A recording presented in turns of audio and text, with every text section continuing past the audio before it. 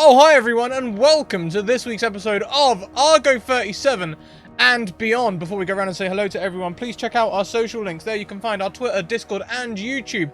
Come and be a part of the community, catch up, and if you want to get a game, send me a DM, preferably on Twitter. Also, check out the tweet, as we have the tweet live now. You can go and tell your friends where you're watching. Retweet the tweet, it really helps out the stream. We have sponsors. Please check out the Deck of Many.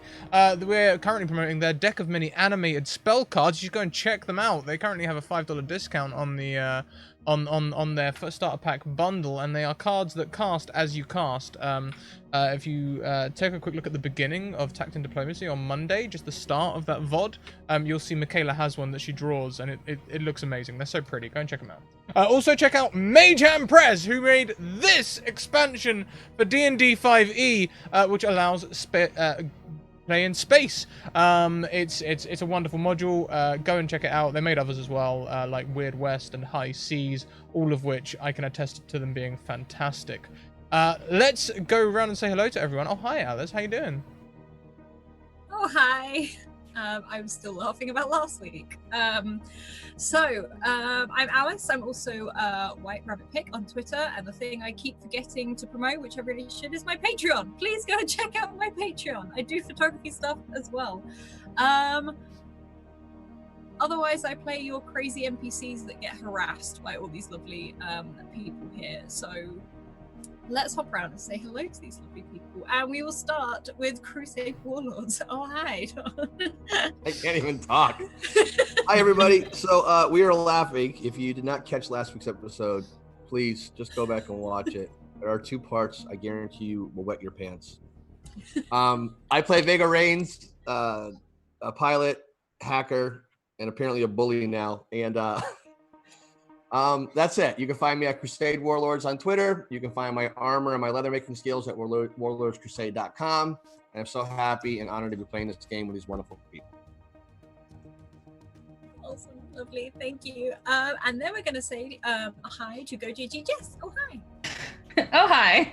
Hi, how's it going? I'm Jess at Go_JG on Twitch and Twitter, and I stream stuff and I shout about things, and I really like games. We're doing a whole bunch of Halloween stuff soon, and I'm excited for that. But yes, I'm ready to go back and attempt to wrangle in these vicious monsters that show up on a planet and threaten the local inhabitants.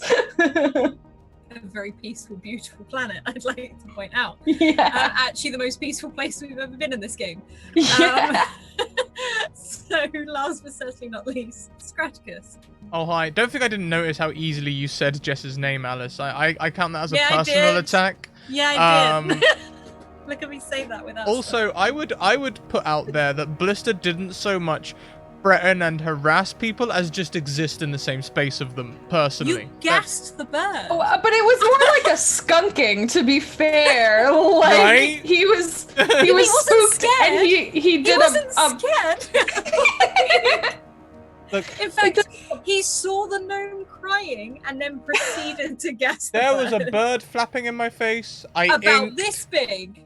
It happens. It happens, you know? A tiny little, like, Tweety bird flapped near you, and you're like, poison! We had flashback of the suckers on the ship way Yeah. back when we were on the space station. Yeah, Those we're little in things space. were flashback, right? We weren't playing around. We're in space. The little tiny cute bird opens up to be a... Yeah, no. We read this book before. We know what's happening. He didn't get asked. I genuinely... This is what happens when I finally create something nice. No one fucking trusts it. Like, no one trusts it. As Mac is now saying in chat. We don't trust peaceful and beautiful when it comes to you, Atlas. Wow. Okay. Shots fired. Yeah, just a little bit. Oh yeah, hi, I'm playing Blister. From that conversation, you've already pretty much got a pretty good idea of what he's like. Yeah. Okay. So last week, we landed on the Gnomish home planet where we harassed the locals and the beautiful wildlife that settled there. We also found a science lab where Dilly took everyone, and we met Maggie, this other scientist gnome, and all of these wonderful creatures in the surrounding vicinity. We also learned that they created and designed all manner of different dark matter machines with special encasings that didn't need it to be protected by magic, as the Argo 37 dark matter engine can just completely shut down. We also learned that Jess's character Andii spoke to this other entity that was living in Telemachus, Un. And as we've progressed and spoken to the gnomes, they've spoken about a sepular star, about a star at the center of the universe that was created at the beginning of time. And putting things here and there together, we've discovered that the sepular star has another name, which is Un, or Old Un, as it is known as. And we think that this entity needs returning to the sepular star. And that's where we are right now. We're currently in the lab where Dilly has just said that he's got to get back to Project Un. What would you like to do?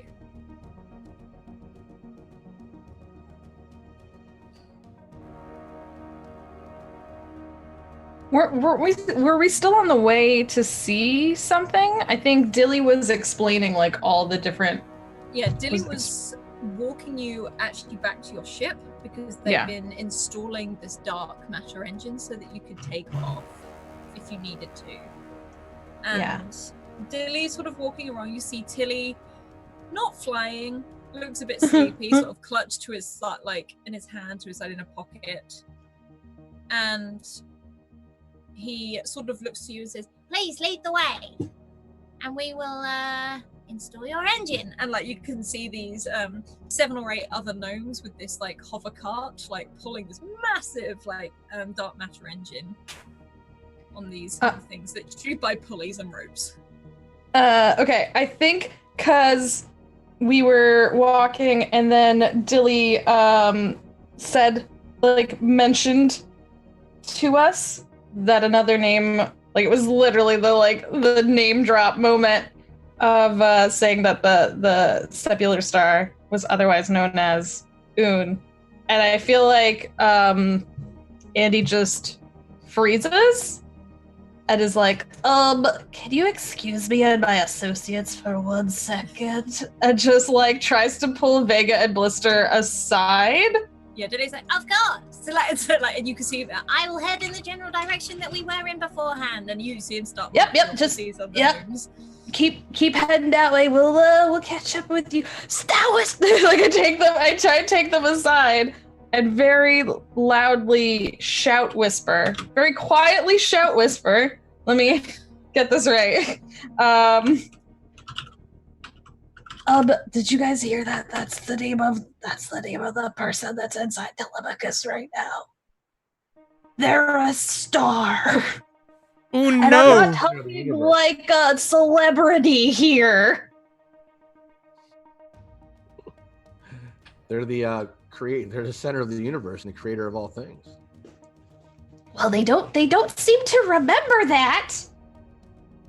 They don't even really remember exactly, like they knew who they were, and then they had like sort of a feeling of what was going on, but they didn't seem to know what happens to pull a being out of a star and then send it off into space and then give it amnesia. Give it a drink. Astrogation Inc. I think that's why it knew what my name was. Though I can't remember why it knew my name. I think that's true. Yeah. I think this is where we're supposed to be. Or where I'm supposed to be anyway. Yeah, and was it Maggie? Maggie said that Astrogations Inc. kept wanting to do stuff here, so they... I think Astrogation Inc., where I'm from, already did what it was supposed to do. And I think that's what I'm supposed to stop. The Cacklebox agrees.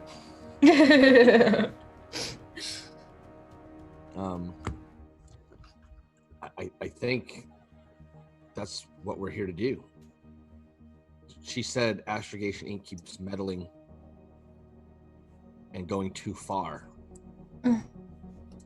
Dude, I don't think they even realize how far they've got, how far too far they've gone. I don't think here it's happened yet. think this is what I was.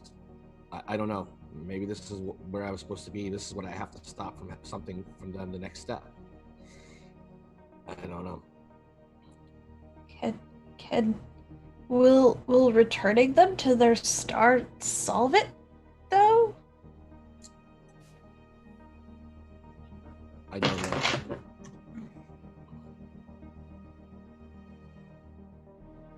I think we'll have to have a meeting with Astrogation Inc. Oh, I'd rather not do that. I am going to get one of those magic blockers that they can put on our engine for Cracklebox. I'm gonna go see if I can find someone to help me to get this little guy going, just in case this is my last hurrah here. I think I go back or don't exist anymore when we finish this. You think if we do the right thing, you're just gonna stop existing? I mean, I'm not from here either. Is that that doesn't bode well for me. Where I was from, remember, the only thing I remembered is that, like, it was the end time. Things were coming to an end, and I was stop things without overthinking it, and yet here I am overthinking it. So I don't know. All I know is I'll feel better if this little guy's up and running, so pardon me. And I'll turn and walk away, Aleph, and try to find a scientist or somebody I can grab. Yeah, you're sort of like not leaving the lab, but you're on the edge, and you can actually see another huge like platform hovering with something underneath it, with this huge like cover over the top of it, and there's this tiny gnome sort of guiding these two tall stags to pull it towards in the direction of Argo. And he looks at you, he's like, hello? I thought we were all meeting at the ship. Before we move on, Alice, thank you very much to Isriver, who donates for a Wild Magic Surge for Telemachus. Alice, could you please roll us a D100? It's always Isriver. Love this. So is it for Telemachus or is it for Oh, it's for Telemachus. Oh, who do we know? Okay, can you send me what it is in the Oh, Jesus. What is it? Oh no. That's not good. Don't say that. Oh, it's that one. That could be interesting. Oh no, no. How the hell do I?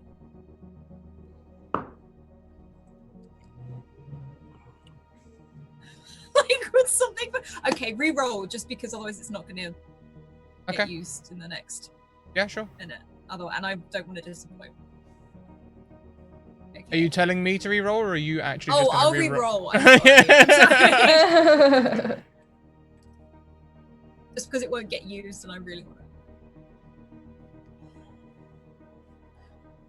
But otherwise, this gnome is looking at you, Vega, and it's just like, how can I help you? I thought we were heading towards Argo. Is that what you call it?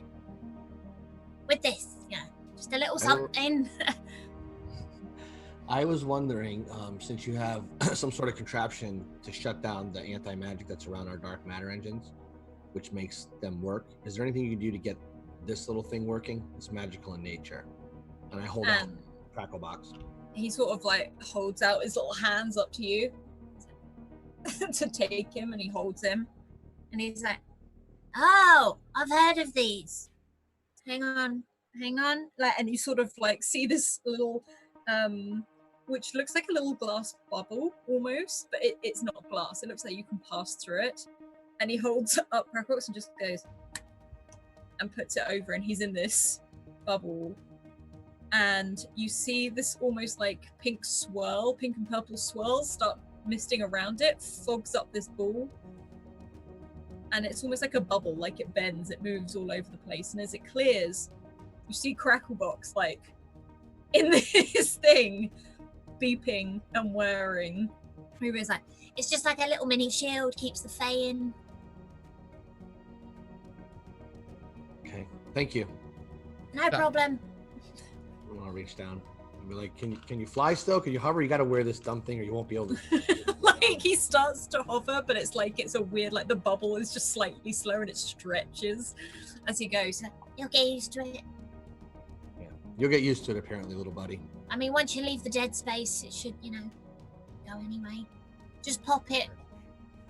But you need like an electric thing to pop it, like a prod. Okay. All right. Don't use anything else. It's incredibly flammable. Perfect. Keep away from blister. Got it. Hold on. I could pop it alright, I reckon. Thank you very much. No problem. Wait, and he sort of sees like looking where the other like cart went. He's like that way, and he starts like getting the deer to come and follow with this other huge covered thing.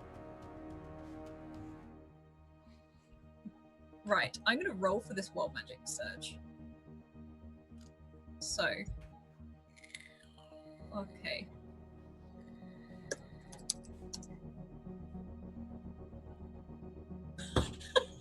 Okay.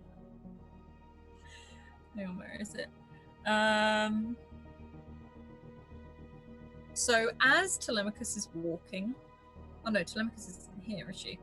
Telemachus isn't here currently, but you get a reading, Andy, because you had it set up almost like that. If anything changes on the ship, you would know.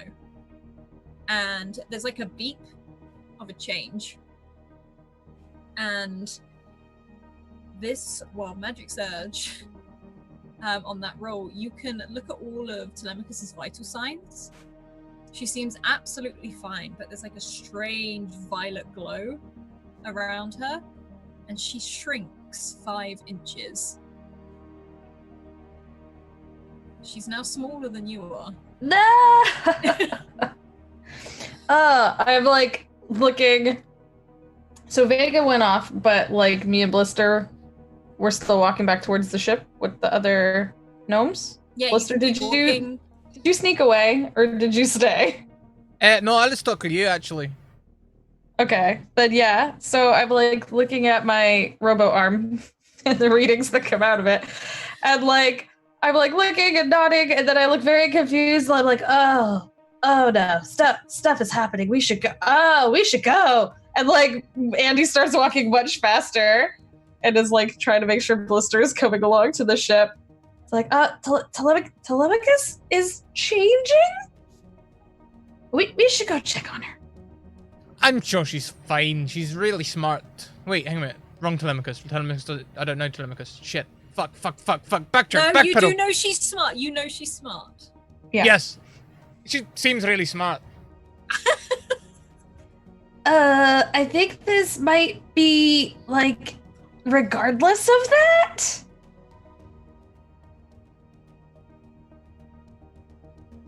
Right, regard means to look or pay attention to. So you think what you're trying to tell me is that Despite, do you know that word? Despite the fact that Telemachus is indeed very intelligent, she is physically changing right now, and we should perhaps go check on her. But she seems really smart. Maybe it's intentional. Please, let's go. At this point, the other gnome with the deer passes you with the secondary big platform. I try and walk faster to the ship. Yeah, after a while, you walk through that long grass where you attacked Dilly. You head through to the open clearing, past some of the trees, the rivers and the ponds, and all the while the wildlife seems to just watch you all go. Some of it seems to follow to see what's going on. You can see a couple of the stags, sort of out of interest and intrigue, start to follow back to the ship. And soon you arrive at the ship. You can see the little gnome group already waiting. Just Dilly at the front line. If we could please have access to the onboard, we would like to load up the dark matter machine. I don't have the keys.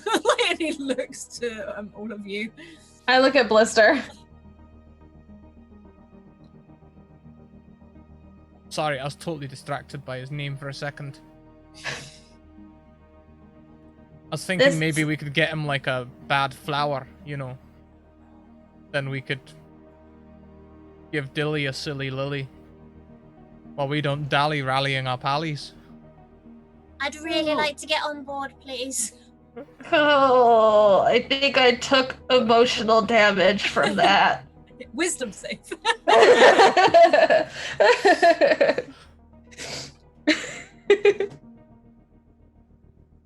I have the keys, please?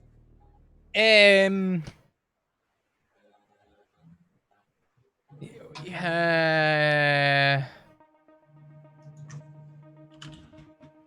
I mean, that's a receipt from 2016. Some kind of invoice. All the gnomes are smiling at you, but you can see the stress growing in their eyes. While that's going on, I would have walked off to go back to Maggie. Mm-hmm. I should have made my intentions clear. I would have tried to like walked off to go back to Maggie. Yeah, you can head back to Maggie. Whilst this is happening. Another receipt. If there's a good access for a window, Timmy here's really good with a coat hanger. Argo, can you? Oh no, hang on a minute. No, Argo did have power. Argo, can you just open up? The door opens. I was gonna say I couldn't remember having keys. You have like, you know, Telemachus has the ones that goes beep beep, like they flash the lights open. And you can see the gangplank lower, and they start wheeling. Or wheeling, I should say, it hovers this huge dark matter machine up into Argo. You can also see another gnome appearing with the two stags with another huge thing undercover. Is that? Hello.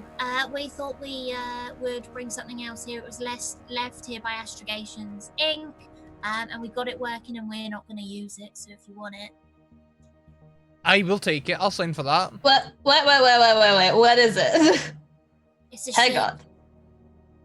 Oh, like an extra spaceship? Well, I wouldn't say it's not great for, like, you know, deep space flight, but as long as it can come back to, like, you know, here. It's like a short distance fighter. I mean, I don't know a lot about that, but Vega might like it. But also, you said Astragation's ink, and they're kind of weird, so maybe... I mean, you can check it over if you want. Yeah, can you leave it outside? Yeah, no worries. Blister's already signed for it. Damn it! I gotta take the sheet back anyway. And he starts like wrapping this massive sheet up, just far too big. And you see this sort of like almost like a four-winged fighter, which very much alongside says Alpha 88. That's not weird at all. Oh my god. I can't read that. I know, I'm also like trying to read. I'm like, it's not, firstly, it's backwards. Secondly, it's teeny and the camera is not focusing. I just see your thumb. And it's blurry. It's blurry. And it's backwards. It's 2016. 2016. Okay, oh my okay. god, clean out your pockets. Yeah. Post office, apparently. Sent something international. It hopefully has gotten there by now. God knows. I clearly didn't have a check. Yeah, that's not weird at all that it says Vega's name on it. That's not unusual to show up on a planet you've never been before and just like... I'm sorry, whose name? Nothing. I'm sorry. It's more of a handle than a name, really. Yeah, you know, like a nickname like sort of thing. Yeah. Sort of. Like we all call Andii Science. Like this gnome is like, right, I'm gonna go now. It just turns and walks away. You just said the word science. Yeah, That's all you just... I meant Science 32, you know, with a number. It makes it a handle. Oh, God. You You missed a perfect opportunity to call her Professor Proton. I'm just saying. Oh god, this is really good. Okay, well, okay. We got a fighter jet! Hey! Yeah, sure. That's, you know... I mean, come on, that Vega chap, he'll be really happy. He seemed really disappointed when our, our rubbish bay was just, full of rubbish. That's true. He did have a ship before, so it's nice that he gets one again. Garbage unit, that's the word. Sorry. I would just like to point out that it's really weird how we've never been here before, and there's a ship named it's his ship. Is it weird though? Because these things usually just work themselves out. But what if they can find him with it? They're doing bad stuff.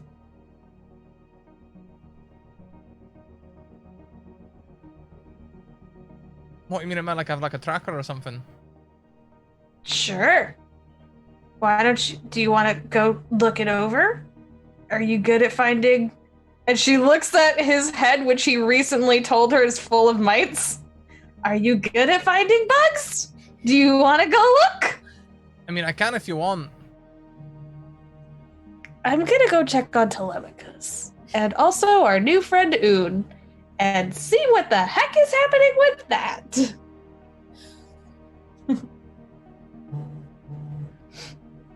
Okay. Blister, are you going on to this fighter jet? I'm gonna go look it over and essentially all I'm really gonna do is anything that looks like it might be a tracker, I'm just gonna use my technical difficulties on it. Okay. Just break it. Roll a perception check for me, please. Oh.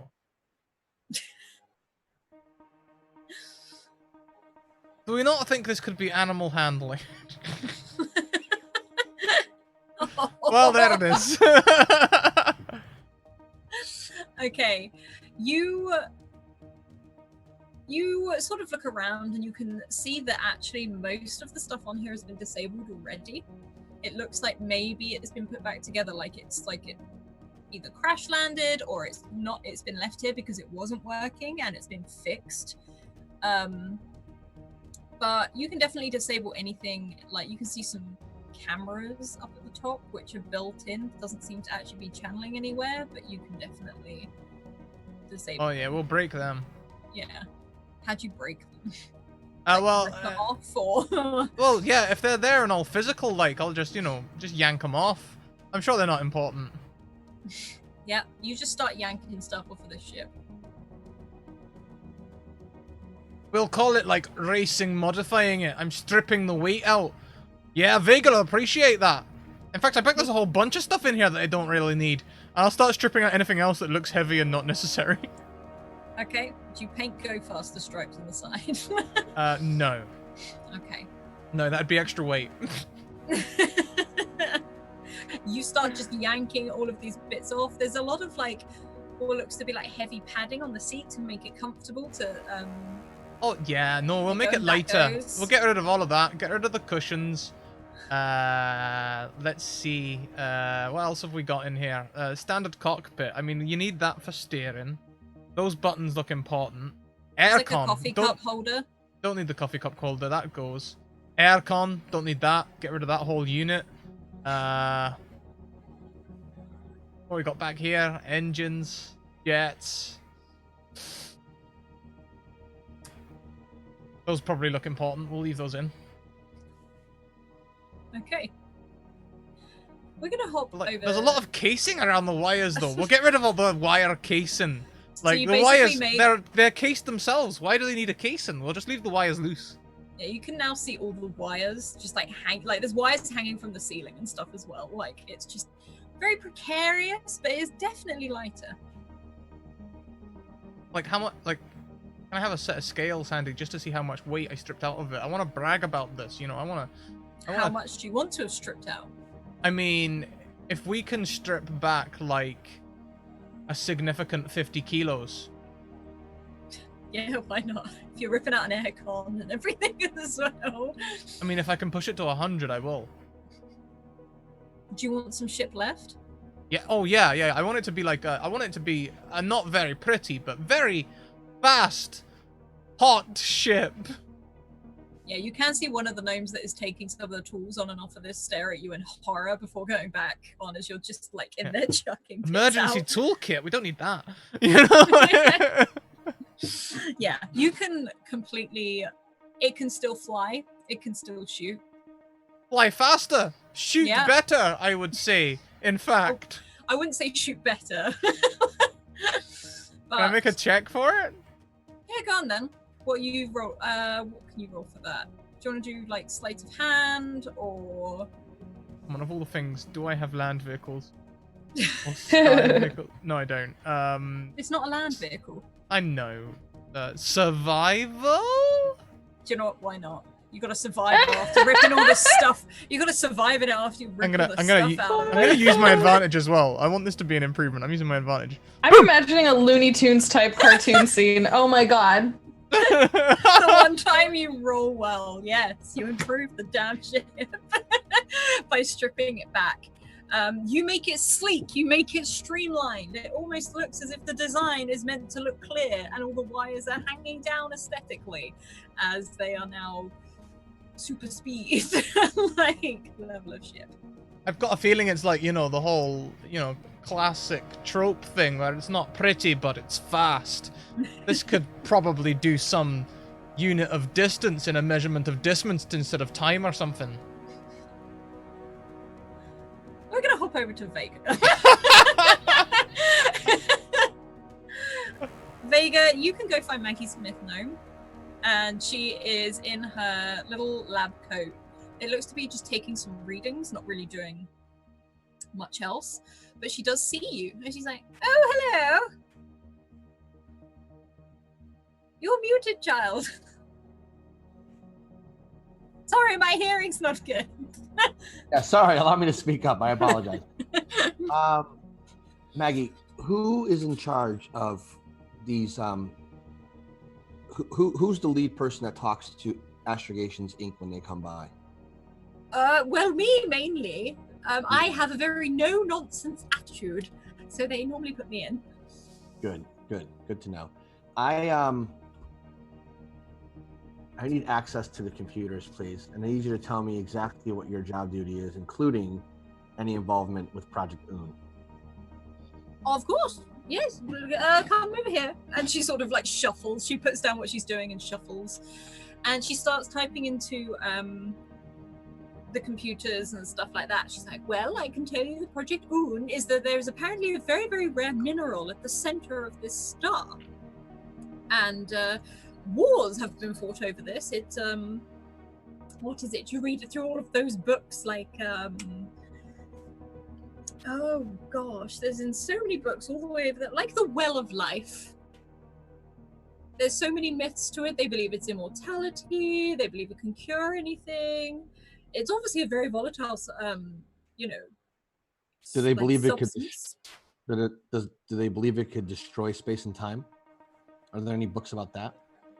It's not so much that, but it does contain all the knowledge in the universe as it was there at the very beginning. However, if you and she sort of leans in, if you want my personal opinion, it can't be good tampering with something that was at the beginning of the universe where everything came from. I agree. Tell me, in the reports there, give me some reports on Astrogation Inc.'s progress with what their overall goal is at that star.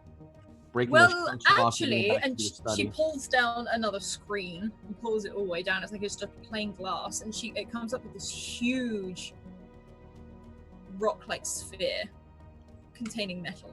Now, this is the center of the star. However, and she zooms in, and there's something that's almost circling it. This is the pit stop. This is the solar citadel. Astrogations Inc. haven't been able to get in there for a long time, as soon as the solar citadel was, built, because the Avira decided that they were going to protect it. So it's a very difficult thing to get towards. However, we do know there's been a little bit of disturbance in the solar citadel right now, as the Avira and the elves, the star elves, have come to a bit of a clash. And can you tell me, have you ever been or have you ever seen any of the main exploration or flagships from Astrogation Inc.? And she pauses. And I'm just going to describe a giant, like, silver one, where I saw the pieces of the one that said Alpha 80 on it, and see if it rings a bell to her. And she pauses. She's like, if I'm honest, they normally only send small transport ships here. But I have no doubt they're out there. The only problem is they've been keeping their distance from the Solar Citadel because of all the problems they've caused. What problems have they caused? Well, the Avira, wonderful people, very unique, very intelligent, that protect the Sepular Star. They don't like them. They believe the star should be left alone. And to be honest, the Star Elves are not helping. The Star Elves keep saying how the star must be used. I'm not sure what. I try to stay out of, politics and things like that. I just like science. I assume the elves and Avon Rob both have massive fleets in the area? No, it's mainly contained to the Solar Citadel. They actually destroyed each other's fleets. Now it's almost just warring down in the Citadel. It's very difficult to get ships in and out of the Dead Zone. I'm surprised you winked in here. Yeah, we have a special ship. And does Alpha 88 mean anything to you?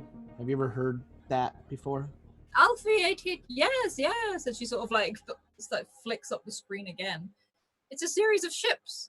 Look, and she pauses, and she's like, it's a small fleet. You can't really call it a fleet. There's about 12 of them. 12 ships all have this Alpha 88 on them. Apparently they were fighter pilots. And when's the last time? Do you have anything in the computer that can pull up where they are currently? In my knowledge, other than the one that crashed here, they're all destroyed. They were wiped out during the Avira, and it's sort of like the astrogations got a little bit caught up in the problems. Do you see what it is? And what happened to the pilot that was piloting this last ship that crashed here? Oh, no idea. He was a very lovely person, and he taught us a few things before leaving again. However, he said he found a way out of the Dead Zone.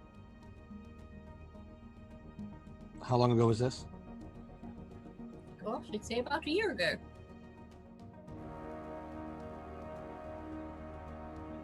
How long was I in Area 51? Clarification.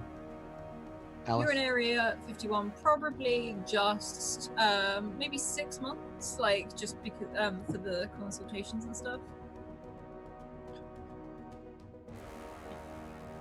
And how long was I on Earth total during that time? Probably a good 4 years. So how did he get out of here when he said he found the way out? Did he give you a reason how he was leaving? He paused. Well, we have this transport thing. It sort of teleports back to the Astrogations Inc. Central, but it's been broken and taken apart. It's not very good. They came and deactivated it. When we had a direct link with them, yes. As she starts walking you through into this other room, and you can see this huge platform. Like, think Star Trek teleportation sort of platform, and it's there, and she's like, it was when we had a lot more communication with Astrogations Inc. However, as I said, their fleet was pretty much destroyed, and this is where it would have taken them onto the main ship, so we don't have it anymore. Looking at it, can I tell if it's repairable? Is it missing key components? You can see that it's more that it looks very, very broken. Probably not repairable, but it's more the destination seems to be that it was for the fleet, the ships that are no longer there. So you'd literally be teleporting yourself into empty space.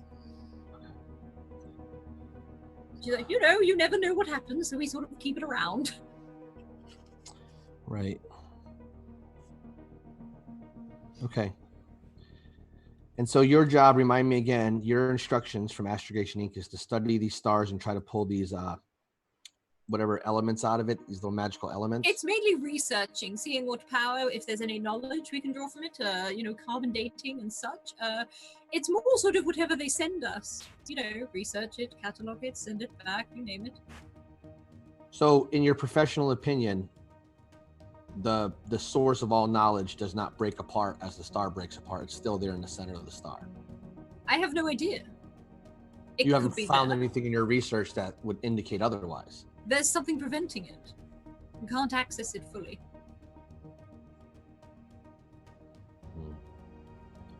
Okay. All right. Thank you so much for your time.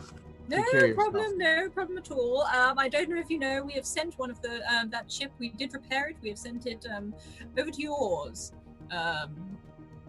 Otherwise, everything should be sorted very much. I've also put in contact details. Like she's sort of like talking. You said I put in some of those sort of phone devices, the telecommunication devices, are now in your ship as well. And she sort of pauses. And just in case you fancied it, not that I recommend it, the coordinates to the solar citadel and the star itself. You will have a lot of problems if you head into that area, though. Such as opposing adversaries stopping us from getting in, or some sort of magical substance stopping us from getting in? I'm not sure. Either way, I know that the aggravations between the Star Elves and the Avira are still brewing. It's not something you particularly want to walk into the middle of, but it's also the only way in. All right, thank you very much. And I will start heading back to Argo 37. Okay. You can start heading back to Argo. Blister, are you getting on the ship after you've ripped everything out the small one? Nah, I need to wait and show Vega what I've done. I'm sure he's going to be pleased. So as he's approaching, I'm like, Vega! Yeah, you can, Vega, you can see as Blister approaches. He's in this ship. With a spanner. And didn't you say there's 100 kilos of stuff outside the ship now? Yeah, in a big pile. What did you what are you doing, Blister? I've been racing, modifying your ship. Like, it started off, I was looking for tracking devices, and I ripped all them out. And I thought, well, that's like weight that I've ripped out, right? And then I sort of got I got the taste for it, so I kept on going. Yeah, why stop there, right? Why stop there? Right. You know what I mean? So I've stripped out all of the non-necessary functions that you need, and this thing is gonna go at a right clip now. You know. It's gonna be dead fast. It's gonna be a little warm. I won't mind telling you, and you might need to be a little careful. You know, I haven't put health and safety at the top of my list of considerations, but speed. Oh, it's gonna go so quick. You'll be the fastest fighter out there. Why don't you get out of my effing ship before I blow a gasket, Blister? And let me see what you've done to destroy or make better. And if we have to put things back in, I'm sure you'll help me put stuff back in. Oh, yeah. No, I'm just as good at fixing stuff as I am breaking stuff. Yeah. Excellent. Get out. All right. Yeah. I'll like step over, be like. I mean, I've really been really careful, you know, like making my way down the thing. It looks. What could go wrong with all these wires hanging right here? I mean, I thought they looked kind of like, you know, retro sci-fi, you know, like. Where is my seat? Well, I've sort of replaced it for this metal ledge here. It's a lot, you know. Do me a favor. Go on Argo and grab me a seat with some cushions on it, please, and bring it back. All right, sure. Yeah, if you want, you know. I mean, if you want to look it over, though, it's really, you know, it's gonna go so fast. You know, you could even you can even probably stand. You know, I think there's enough leg room. I removed some of the stuff beneath the seat as well, so you got the option. You know, you could sit on the ledge or you could stand if it's more comfortable. You know, sometimes I can see the emergency toolkit has been taken out. Well, yeah. I mean, we've got tools on Argo. You don't need another toolkit on the ship, right? Like, I'm gonna go ahead and just put those back on, and again, thank you, Blister. I think yes, thank you. Yeah, no, I mean, I think you'd be more alert as well, you know, standing up, and you'd be more careful if you don't have a toolkit, right? less likely to get hit because you know you can't repair it. You know, that's logic. That is. Right. How are we doing on that seat? I'm going. You know, I'm just talking things over. I mean, I don't even really know what this was, but I didn't think it looked necessary. Sort of like a bulbous thing with a flange on it. You know. Sure. I love the word flange, don't you? It's a great word. Oh dear.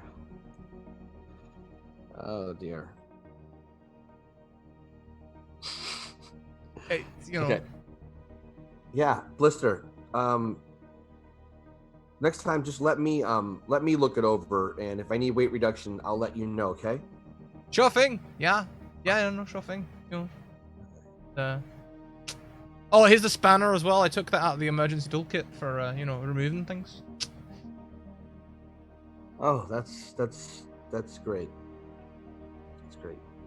Okay. Yeah. It's not made of the hardest stuff, that spanner, you know.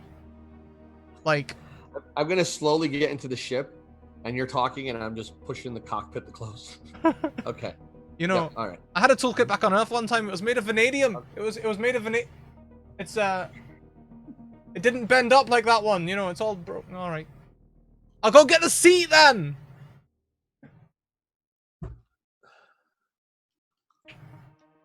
All right. I think now we just self-entertain until Alice gets back. Okay.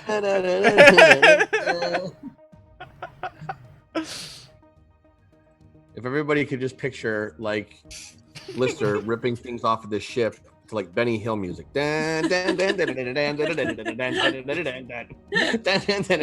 I imagine a cartoon pile of stuff getting like bigger and bigger and bigger, like that mound of like cartoon junk, just like on the side.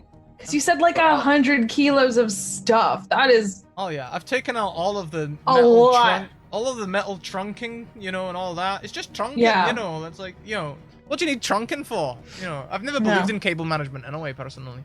And it's like you. Gnome still standing there. There is one gnome that looks mildly traumatized by what is happening now. I'm going to open the cockpit back up and go.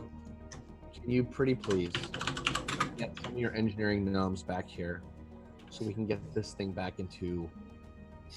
Can we move it up to at least a poor condition? Let's move it up to a poor condition. And just sort of nods kind of frantically and runs back onto Argo again. And I'm gonna just start going over everything, Alice, and just what do I need to like replace, repair, a seat, tools, storage bays, something to protect me from the wires that are all hanging around. To be fair, it does actually, in a way, it's improved the ship because it's lighter, it moves faster, and everything like that. One of the gnomes runs out when you're looking at trying to move around all of these wires and offers you a whole handful of cable ties. Otherwise, you can put like the toolbox back in. You can see where the seat cushions have been ripped off, so you wouldn't necessarily be able to like stick them back on, but you could place them. I pull the whole seat. I pull the whole seat out that's left and throw it out. And you were away, but I told Blister to go get me a cushion seat off of Argo. Rip it out. Like an armchair or like an actual something. Give me something that I can like latch into. Oh dear. Yeah. So nothing safety wise was taken out. No, safety wise is fine. The oxygen tanks are all still there and all that sort of thing as well. Good. So that's all good. It did in a way improve it, mainly because it took off all the weight. Okay, and then I'm just going to examine the outside and see if I remember ever being in this thing or seeing this ship before, as she told that story that it was the fleet and it was called Alpha 88 and it was a small squadron of 12 fighter planes and ships, and this is the only one that's left. Hey, Vega. Yeah, yes, listening. Look, we've got options. There's them flimsy plastic things with the cushions in the canteen. I found a wingback armchair down in the garbage disposal. Or we can take out one of the cockpit seats, you know, one of the level ones. Mm-hmm. And I snap the column. Hello? Hello? I'm going to go on Argo and find the most comfortable I can find that will fit Alice, and I'm going to rip it out. You can find one of the like the emergency chairs that come out the side in the cockpit when you have extra people on. You can find one of those and easily dismantle that and go. And I'm going to ask the gnomes if they can install this with some sort of safety harness for me. Yeah, you see 3 of them sort of pick it up and run out with it. Thank you. Okay, so do I feel like this is Todd stress. This isn't. This is like IRL stress. This isn't just. No, not at all. This is hysterical. I'm just trying to play the. Trying to do everything I can not to shoot him. I'm just trying to play Vega right now. I'm like, oh my gosh, like I'm getting close to my goal in the end, and this guy's dismantling the ship I need to fly to the car with, which is hysterical. But no. So, okay, what's the plan, everybody? Did you make any headway with Oon there, Andii? Andii, did you head over to Telemachus, or are you still there? Oh no, I absolutely went right at when Blister started taking apart the ship. I went in to check on Telemachus. Check Telemachus. All vital signs seem to read exactly the same. You can tell that she's now. But why did she shrink? This doesn't make sense. That's not how science works.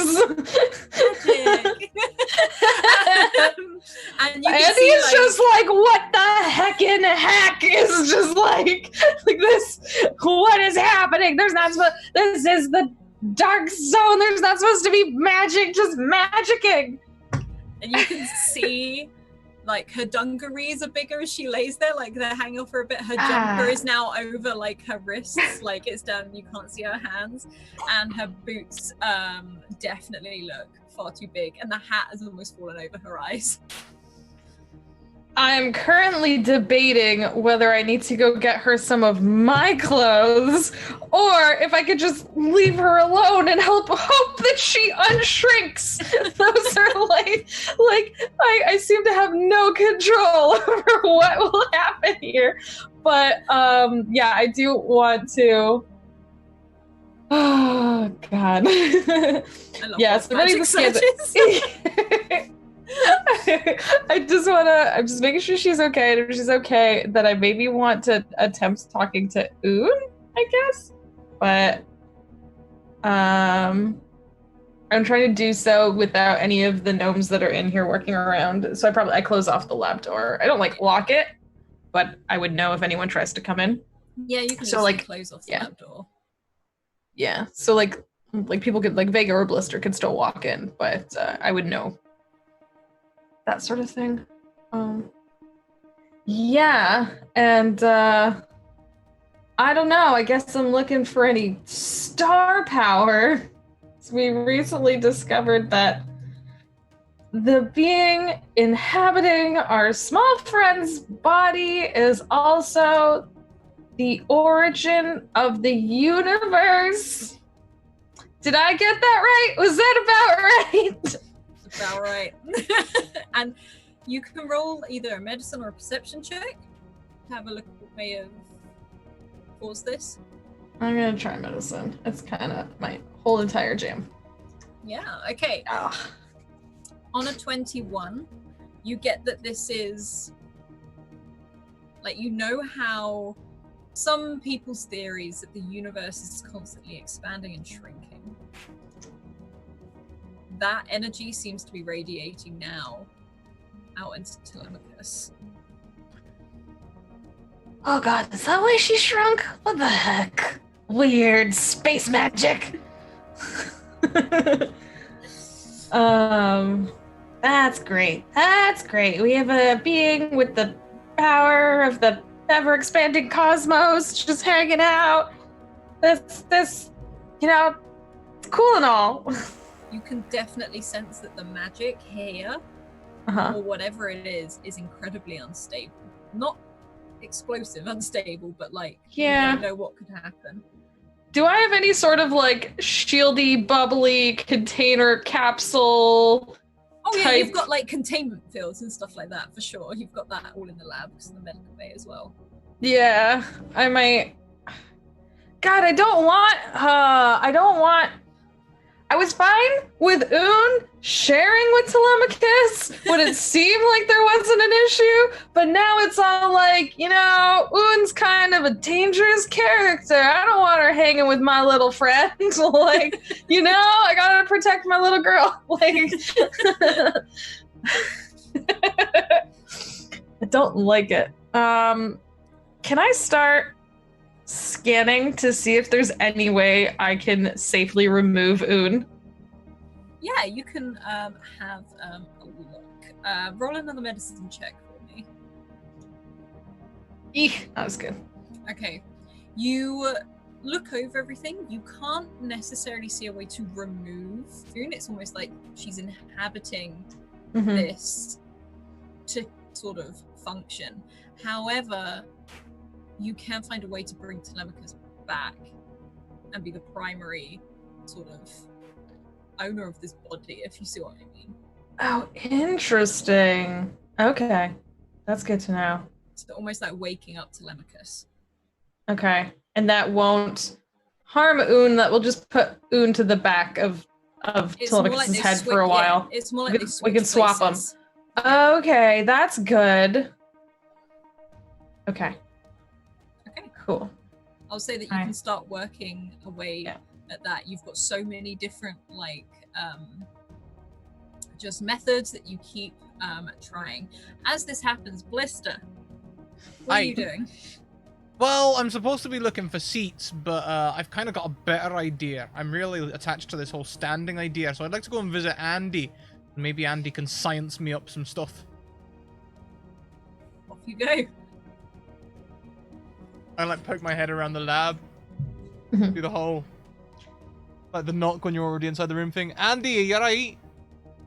Oh, yeah. Andii was fully, even though, not until you started speaking did Andii, look up. Yeah, I'm trying to figure out some stuff with Un and Telemachus, and as you can see, Telemachus has shrunk, but what, did you need something? What? Yeah, something really important, because, safety should really come first, but also speed, right? Well, look, essentially Vega's sent me looking for a seat because his aircraft has a standing option and he doesn't like it too much.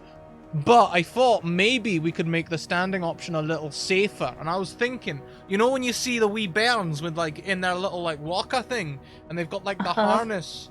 I was wondering if you could make something like that for his cockpit, so that he's strapped in, but there's not any pressure on his back and I mean, if you want to bring Vega in, we can do some anatomical scans and find out what is the most appropriate fit that will, be comfortable. You might want to consider a half-seated, half-stand, one of those things that doesn't let you sit properly, but while you're standing, you can kind of lean back. That's good for. You want to have a secondary option for the back because it will be stressful. You want to release some pressure on the spine. Might not be the best idea straight away. I mean, he seemed a little tense. I think that last planet was hard on him, to be honest. He seems a little stressed. I was trying to calm him down, but he just. So now you want to send him on a spa day with that? Is that what you're... maybe we can get some massage options in there. Just loosen up all them knots that he must have creeping around his back. Yeah, once again, a scan of his anatomical system would probably be the start if you are hoping to make something form-fitting.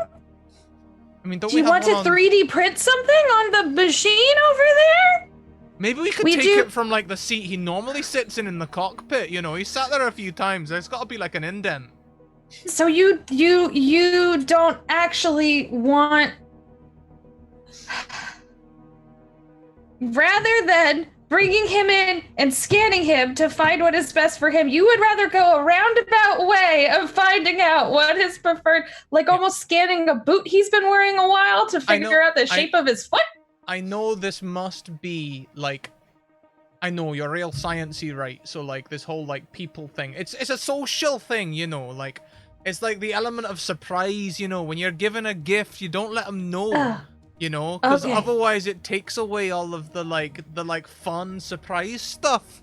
So all right, I mean, if you want to rip up his cockpit seat and bring it in here, we could attempt to scan it and replicate it, but more supportive on his system. I know what we'll do. We've got to have some like paper mache silly string or something, right? I'll just spray that all over his seat so it creates a mold. Do you have any silly string paper mache stuff? Oh no? Okay. No, I don't. Actually, you know what? We do have some body casting materials. If you want to, I mean, if it needs to, all you want is it to be a surprise, why don't you just wait till he's sleeping? Imagine that. Sleep. That's a great idea. Yeah, I mean, because once again, it is better. Because the problem is, if you are getting it from his seat, then you're adding in an area of error. And we're in the dead zone, right? So all the Wizmos are real helpful. Oh yeah, you can probably get them to help you. They like you. I can do like a big I can't do it myself, but you know when you put the fingers in the teeth whistle, and you're like, Wizmos! Okay. Vega, you're walking down the down the corridor. You don't hear this, but you do see about 24 Wizmos come herring past you. They don't they're look all as working chaotic. now? They're all working, but they're not their phase selves. They're not their chaos selves. They seem to be almost like little maintenance robots. As you can hear them all sort of form a perfect line, and they fan out and move like a murmur of birds when they fly, and they sort of move very rhythmically together, and you see them all sort of head towards the lab door. You hear the as the door opens, they all whiz in, and the door closes again. Okay, I'm gonna look at Cracklebox and I'm gonna say, okay, buddy, I need you to make a countdown timer as if it's something severe. And I have that chronometer timing device still, right? Mm-hmm. So I'm gonna say, and I'm gonna play like a countdown timer and say, just keep making this noise over and over again with a sense of like it's urgent, kind of like tick tick tick tick beep tick tick tick beep tick tick tick. Okay, and I'm gonna see if he can do that. And he gives like a salute, and then you see him sort of stand upright, and the is him like going up and down on like the springs that he has and the pumps that he has, and like the middle section of his body, and he beeps at every single second. Make your eyes flash on and off too. And you see him just smack the side of his head, and this red lights just start going, and this horrible almost wah sound starts coming out of his eyes. I'm gonna go to the door now where they're at. Let me calm down. Okay, I'm gonna open the door. You guys, something's going on. We have to get to the coordinates of where this star's at. What's wrong with Telemachus? Why is she smaller? So what scene do you walk in on? The rest of you, the two I guess right when they all got there. I guess I didn't hear them really talking, but I stand up really straight. Yeah. So listen, whatever our plans were, put them on hold. Time is of the essence now. It's coming to fruition. The time is now. We're here. What is wrong with Telemachus, Andii? Okay, I can't explain it, but Telemachus has shrunk. I'm currently working on, and I have discovered that, of course, as we heard from over there, Boone is in fact a being of the universe, and as a being of the universe, the universe is ever expanding and shrinking, so perhaps that had something to do with it, because that energy is kind of inherently available. What I'm working on right now is a way to bring Telemachus to the forefront of consciousness, so that we can speak. What happens if a planet shrinks upon itself to out of existence? What if it's fading backwards? I've heard about this. I've heard scientists talking in the pub way back. If the universe was to shrink back on itself, it'd explode. Right. She seems to be stabilized. It was one small shrunk, and then for all we know, she could be 7 feet tall next time we see her. It just seems to happen. So here's what I'm going to do. I'm going to go get in that ship, because something is happening. Cracklebox is all of a sudden some sort of massive thing. I can't get him to stop. I don't know what's going on. You can see through the doorway, just passing, doing laps, is Cracklebox with these big red lights, and he's actually pulled out these two horn sirens, and it's just blaring down the corridor. What the hell? Something's going on, but we got to get off this planet. We got to head towards the coordinates. We have to go to. Aren't there still other people from this planet on the ship? Like the gnomes are currently fixing the dark machine. We can't leave. That's called kidnapping. Yeah. Well, at the best of time. Yeah. It's not a good. What are they doing? They're making it so we can fly. Right. How much longer? Okay. So let's see how much longer it's going to take, and I'm gonna head down there. But let's prepare to get out of here as soon as possible. Whatever else you were doing is irrelevant, and I'm gonna. No, I mean it's pretty important that I make sure Telemachus is.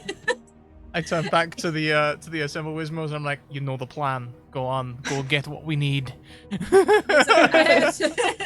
then one of them turns around to the others and says, Wismos, assemble, and they all start running out, tearing out on all these wheels. Remember discretion. What have you told them to do? Stealthily get a full body cast of Vega. A Wismo with chloroform, come on. Okay, Vega. Yes. Make a perception check as you're walking down to the engine room.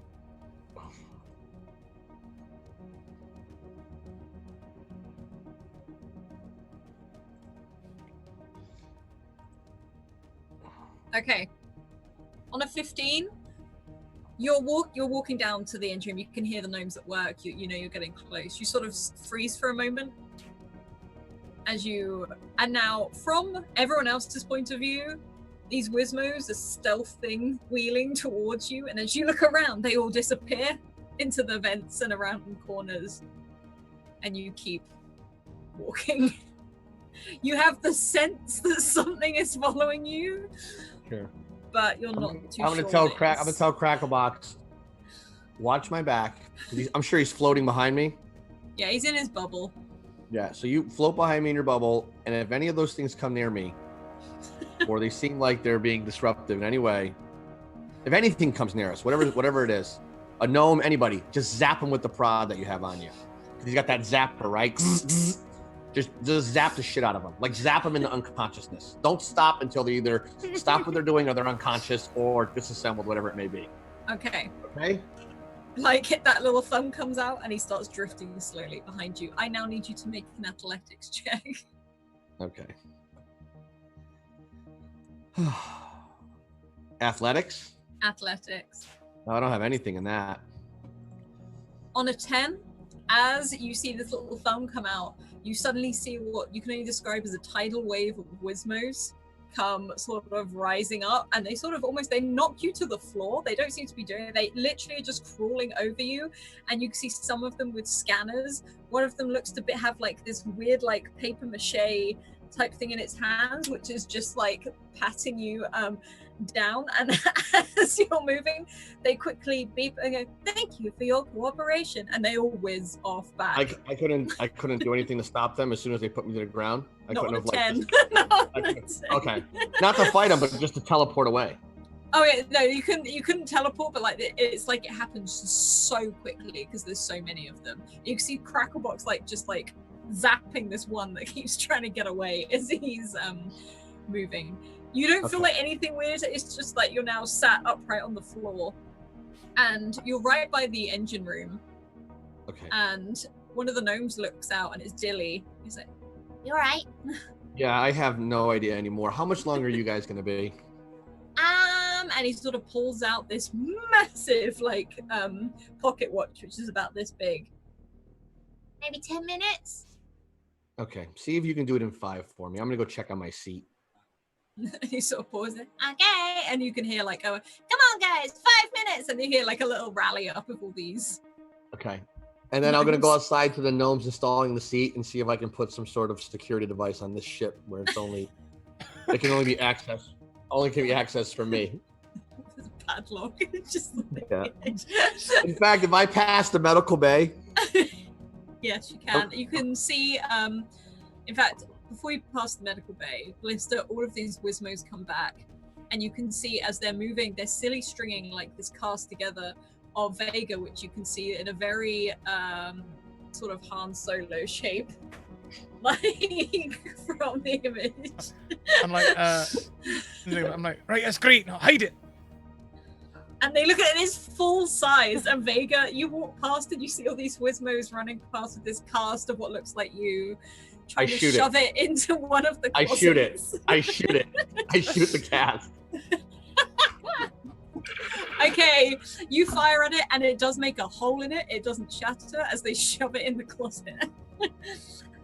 And you can hear a very sort of robotic whistle as they all stand by the door. So everybody's inside the room. I'm standing outside the room. Yeah, you can see Blister, and you can see I hack the Andy. door, shut it, and lock it, and put a 5-minute timer on it. I'm not pretending to help Andy. I'm like, oh yeah, Sleight of hand. Sleight of hand check, please, Vega. Yeah, it is. You don't know the time that you've put it on for, but you definitely lock it. Okay. I'm gonna say we're leaving in 5 minutes, or I am anyway, and then I'm gonna go outside and continue to see if I can get those gnomes to put a security system on. Yeah, they've that. already installed one. They've installed one. It's sort of like a standard security thing. Okay. Thank you very much, Lex, the villain who has redeemed an advantage for Blister. Okay, so in this locked room, Andy and Blister, what are you doing? Well, had the door locked there. Told you he's feeling a little tense, didn't I? You know. Yeah, what? Oh, yeah, I guess if you finish working on his present, that'll be nice, but I'm kind of busy. And she's still, like, working on trying to get... Come on, Andy, I can help you out here. I'm really good at helping with things. You should see the improvements I made to Vega's ship. It's uncanny, really. Then. Then? Aye, Oh, I mean, I'm working on trying to allow them to separate their consciousness so that we can also have some say if we want to speak to a particular person who is currently inhabiting this body. But if you want to work on the safety bubbles for them, perhaps you can make them safer, since you seem to be focused on safety now. I bet. Maybe? I bet. Okay. Is short for universal or universe, right? Oh boy. There was a company back on Earth when I left called Universal Studios. Maybe if we watch all of their movies, there'll be some kind of clue. Please do not fast forward the 5 minutes they're stuck in this room. I want to see this. As you're like saying this to Andy, you hear a crash and the closet door opens and a mop, a bucket, and this imprint of Vega falls out as these Wizmos tumble out with it. Where's the hole? Vega, where did you aim? Muted. You're muted. Why don't we see how well I shot, and then you can tell me if I will. I would have shot. Roll for me. Okay. That's just a range if attack, you get right? a nat 1. I shot Blister instead. If he hasn't noticed yet. Where do I click on that? Where is that at? Over Peter. I see. I got it. Yeah. All right. Yeah. Okay. Consistent rolling. Very consistent. Yeah, it's not too bad. It's more like it's shot sort of like part through the shoulder and the top of the arm off. Like it's still attached, but it's like it's just got a big like hole in it. Argo, can you load up the Universal Studios discography, please, on Spaceflix? Andy puts in earbud, like puts in like earplugs and like just goes back to working. The screen comes down. I feel like she has a visor, so I feel like an aspect of the visor is literally just like and like she's just like. I'm like tapping you on the shoulder and stuff. She'll do this, like she'll keep like nodding as if she's listening. I mean, we don't really need the upper body and shoulder, do we? I mean, seating's all about lumbar support, and we've got a pretty good copy of the lumbar here, so we can make one of them half seats, like you was saying. I reckon. Making him a booster seat. I think we can make it like a half seat thing with an angle. Yep. And cushions, you know, everyone likes lumbar support cushions, don't they? Yeah. It's all the rage yep. out there. We don't need to go for like a whole like shoulder print. We could just put a cushion in around the neck somewhere, you know. As this is going on, the rip-off version of Space Disney is currently going on in the background. You know, at the beginning of a Disney film where Tinkerbell comes in and does the flick with the wand and flies off again, it's that, but it's a Wizmo. Just so everyone knows. Do all the Wizmos watch it excitedly? They have all paused, stopped, and sat down, and they're now distracted by the screen. It's like a dog seeing a dog on TV. As they watch WALL-E. Oh, that must be like really amazing. I'm just gonna I will. Picking I'll up take Andy's tools. I will unmute Blister. What's this for? Wait, what are you? Is that sharp? Is it? Yeah. Things. Oh, ow! I'm bleeding. Yeah. Oh God! Like literally, like drawer band-aid flop. Put it on Blister's hand. No more stabbing. None of that. I didn't realize it was actually gonna stab. You know, I thought it would be like, you know, safety. Many things in here can do stabs. So maybe we should blunt all of them in case people get hurt. Nope. That's why they're. And I like try to take it back and put it away. Nope. I need it. Why don't you play with some of the things over there? And I point to the drawer with all the banded like wrappings. No, I want to help out with the Oon thing. You know, I think I can be dead helpful. Clearly the Wizmos have got the Universal Studios stuff covered. So the Universal Studios. Why don't okay, you know what? I think I'm nearing the end of this. Like, do you want to try? Like, can I allow Blister to attempt to speak to whichever one? Speak to them and see which one of them shows up. Yeah, for sure. All right, I'll get Oon out there. Don't you worry, I'll get Oon out. The current goal is to speak to Telemachus, as we haven't spoken to her since we teleported. So see if she responds. Alright, I'll see if I can get a response from Telemachus there. Hey, Oon, you big Jesse! Performance check.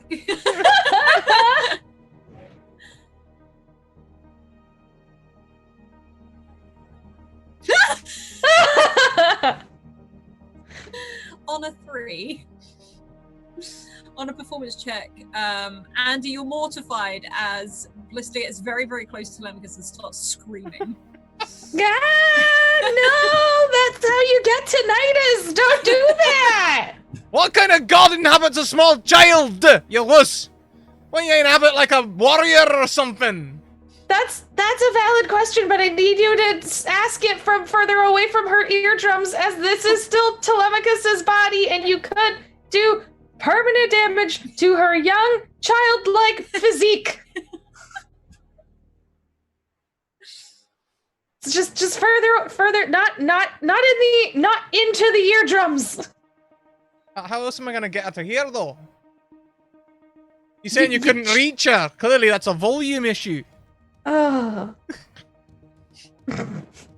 I'm just gonna keep trying to get her out now, and I'm gonna put my head back down and try and like the seat idea was good. I think I heard you say just like support, because you can make it, because I thought your focus was standing, so just make it so that if he does want to sit back, there is wingbacks as well. We should put wingbacks on in case he fancies a nap. So there's two options: standing, half sitting, like that, and then okay, goodbye. And you start working away. Yep. Andy and Blister, what are you doing? Are you working on this chair? No, I'm gonna start poking Telemachus. Andy, as you're working away, you can see this finger coming in and just like poking her. However, hey, after about a minute, you see Telemachus just like Blister. You feel your hand get slapped as this. Telemachus sort of goes like and sort of almost sits bolt upright, and it's just like, oh, why does my head hurt? Ow!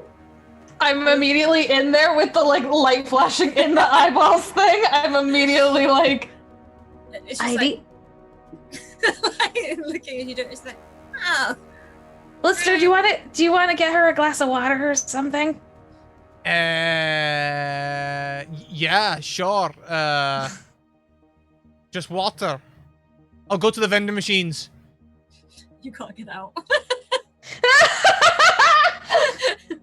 Vegas locked you in. You can't get out. How long have we been in here now? Literally a very painful 4.5 minutes. Can I try and use my technical difficulties on the door? Yeah, of course you can. Hang on. Let's go and read the speed description because I think it says something about locked doors not being included. Oh, and I've misspelled it, so it's technical. Technical difficulties. Thank you for waiting 4.5 minutes before trying this. I know.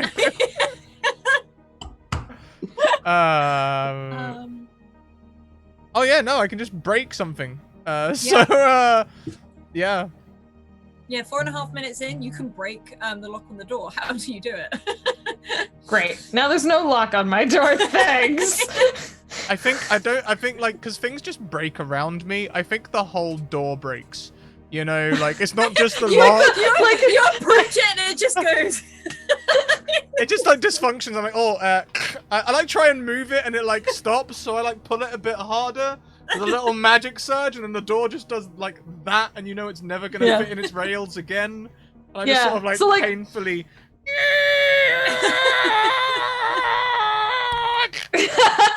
Is it like the lock is still locked? The part of the door that's supposed to swing is now open.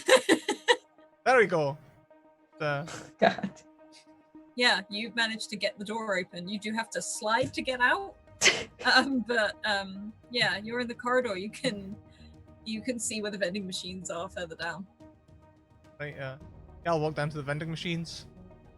You walk down to the vending machines. You say, "Hello." Hello, can I grab an iron brew, please? A water, and I didn't ask what Andy wanted. Get another iron brew. Everyone likes iron brew. And it pauses. It's like, okay, please be wary with just for a moment. And you can hear like a "Marr" as this first drink comes down, and it gets does it do it stuck. like? Does it do it like all machines as well? Where like you know it's a carbonated drink, and it's like, oh, please be prepared to gather this very delicate drink. Oh, poof, poof. Oh yeah, it's throwing it, and then another one moves, and gets stuck on top of the other. It's like, oh, I'm afraid we do have a little bit of a problem. Give me a moment, and then it just starts to shake violently until all the drinks don't worry, I'll help, and I start kicking it. Vega, if you head back up this way, you see Blister violently attacking what looks like attacking this vending machine, who's like, I'm nearly there, I've got it all, and then you can see like the bottle drop out. Like, usually when you kick it as well, a couple of other bottles drop out for free, like. Yeah, a packet of crisps come down. Bonus! Well. Space Raiders, just so you know. Pickled onion flavor, I hope. Pickled onion, what else? Space Raider crisps, best crisps. Did Vega come down the corridor? Please come again. I think I went outside to just explore that ship some more, make sure that security system's on there. Mm-hmm. Yeah, you can take a breather. You just take take 5 minutes of relaxation fresh time. air. You can hear after about 4.5 minutes some sort of banging and crashing about somewhere on board as the gnomes start to file off as well, like, all done, my friend. like as Dilly sort of like waits until everyone else is off.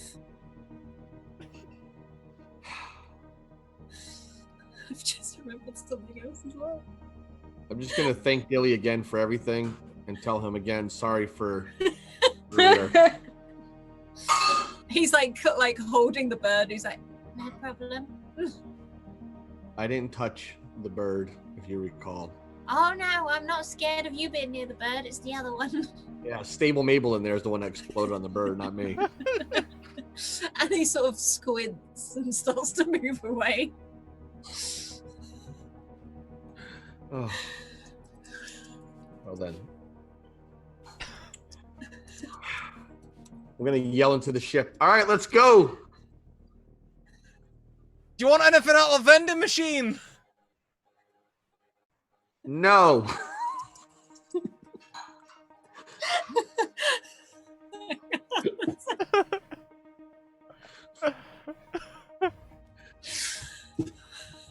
I can't believe I forgot George. Is he just stuck somewhere in the ship? He's the one guy from Earth, and he's stuck in a conference room in a different time loop. He's still just back there like, hello? He's just waiting. Everyone! Flash over to the hotel like, I wonder where everyone is. I'll have another bag of sugar, please. It's like that Tom Hanks film. He stays in the airport. Poor George. I'm a good DM. I remember the NPCs. I mean, you remembered them right now. That's something. And you owned up to it. I would never have brought that up again. I would have waited until someone mentioned it like 6 months later. Anyway, I'm gonna take these drinks back into the medical bay and be like, Andy, there's a water for Telemachus. There's an iron brief for you. Don't open it yet. Actually, it might be alright, and I'm gonna open mine and see if it goes everywhere. Oh god. Roll a... Hang on. Well, you can either roll a sleight of hand or a performance check. They're nearly the same. Then whatever you want. Okay, huh? Actually, it's actually not too bad. Oh, do I do the whole thing? Yeah, and hold it at a distance, and then it's fine. That's There we great. go. I just, Telemachus has been out for a bit. I just wanted to make sure she was hydrated. Can you? You can have that one. I've already opened that one. I'll open the other one as well, Alice. Okay, roll again, Oh please. god. Can I? Hey! Oh my god, it's I got the better. hang of it now. Got the hang of it now. Telemachus is sort of slowly sitting up like, ow, what? It sort of pauses for a moment as one of the gnomes walk past, like carrying all this gear off the last of the gear. She's like, I think I've missed something. Yeah, we're on a different planet, firstly. But what's the last thing that you remember? I would like to know. I was on a Rathian ship, and Yeah. they gave me like this like milky drink, but it tasted like chalk, and then I don't remember anything else. Okay, you've been asleep, and you have been sharing your body with Universal Studios. another life form. and pauses like, Well, like the channel. and looks like Lister. I like the channel. Another life form. Yes, I have been trying to get you back. They seem to have no ill will. They don't have exact memory of how they got here either. But their name is Un, and it seems that they might be the center of the universe. And she pauses, like taking it all in, then lifts up her arms and looks how big her jumper is. It's like, Oh, and you shrunk slightly, but that seems to be a separate issue. Hang and on a she's minute. sat there, she's looking at you because she's now smaller than you. She's like, I'm very confused. Oh my god, hang on a second. Yes. Argo was Journey to the Center of the Earth, produced by Universal Studios. no. I thought I had it. I thought I had it. I don't think it was. No. Someone needs to Google this. If it is, it's not the proper one. There's no Gertrude.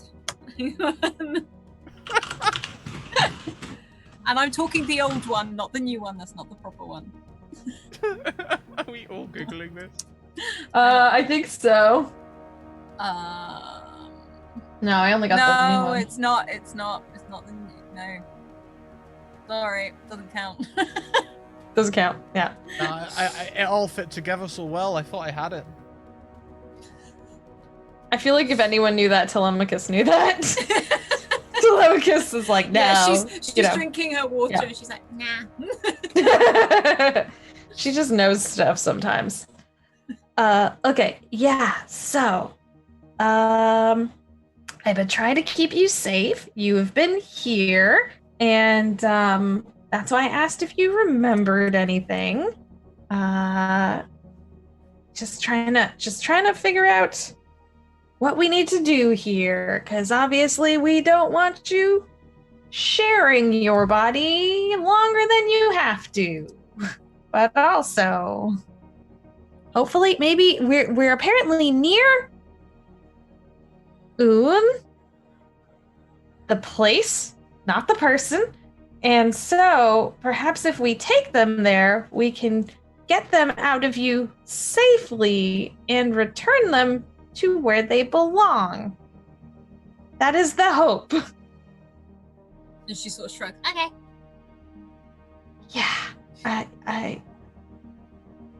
I wasn't sure, but I'm glad you're being cool about this.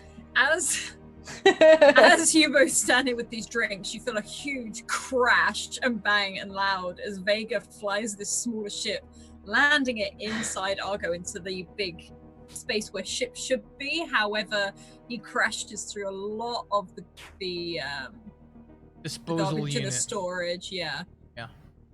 To go through. Ship is fine, but the disposal unit may not be. Blister doesn't even wince. He's like, do you know, I'm pretty sure that was set in Scotland. Edinburgh, I think. You know, James Mason had a role.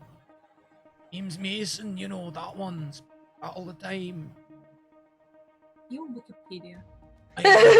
You're currently looking this up.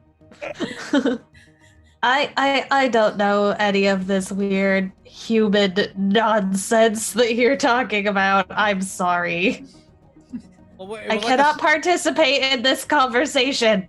I have nothing to offer. It was like a movie where they were like, oh, we need to go and see what the center of the Earth's like or something. Like, you know, the planet eaten up. So they thought they'd Okay, but this isn't the center of a planet. This is the center of the universe. And if anything, more specifically, rather than a planetary body, this is a star we're talking about. We've got a body too. We've got a body cast of Vega. It's all coming together. What? Like where did that come up? You said it's a universal body. Well, we've got a body cast. I said planetary body because you were talking about Earth. And this, once again, is a star. Don't be silly. The Earth doesn't have a body. It might have a head. It could just be a head, you know, but it's not like a whole body. It doesn't have legs or arms. You're absolutely right. You know, actually, you could be right, you know. If you think of, like, South Africa as, like, a left ear and... No, South America as a left ear and, like, Africa as a right ear. But you'd need something in the middle. There's nothing really between them except ocean. Oh, it's a blank face. Maybe that's another clue. The final frontier. That's where Andii just turns back to Telemachus and is like, so how are you feeling? and like pulls out the chart and is like, can you rate for me on a scale of 1 to 10 your current physical comfort level? She looks at Blister. Unsure. What is I said physical, not emotional. I know that's traumatic. His physical presence right now is. And there's just this. She does smile though after a while, which she looks like she's becoming more Telemachus again. Yeah. She has been. And Vega, what are you doing as you've let all of these gnomes off the ship? They've sort of given you like a proper like goodbye because no one else has left the lab. They're giving you like a proper send off. Right, we're leaving now. And after I flew the ship in violently, I landed it. I just walked to the cockpit of Argo, maybe hit the vending machine and grab a snack on the way, and I'm gonna start the ship up and start heading towards those coordinates. Because I told them we were leaving 5 minutes ago. Nothing else is working. And you managed to do that. You can see like as the rest of you feel the ship start to move as Argo takes off. And Vega, as you look out the window, you see all these gnomes, like with colourful hankies and stuff, sort of waving you off as you go. As you head out. I look at Cracklebox and I go, I don't think anybody's been more happy to see us leave before. Yeah, you've got the bird there just staring on the way off as you leave. And you head back into the dead space. I'm gonna head for those coordinates to get to that space station or whatever's out there. You can see it's going to take you just under a day to get there, even with this new engine. But the day can pass by pretty quick. It's not, you're just focused on... Hold on, let's not rush it. I don't want to try to lock them both in a room again. Let's not rush anything. Let me think for a second. What are Andii and Blister doing right now? Telemachus is sort of got off the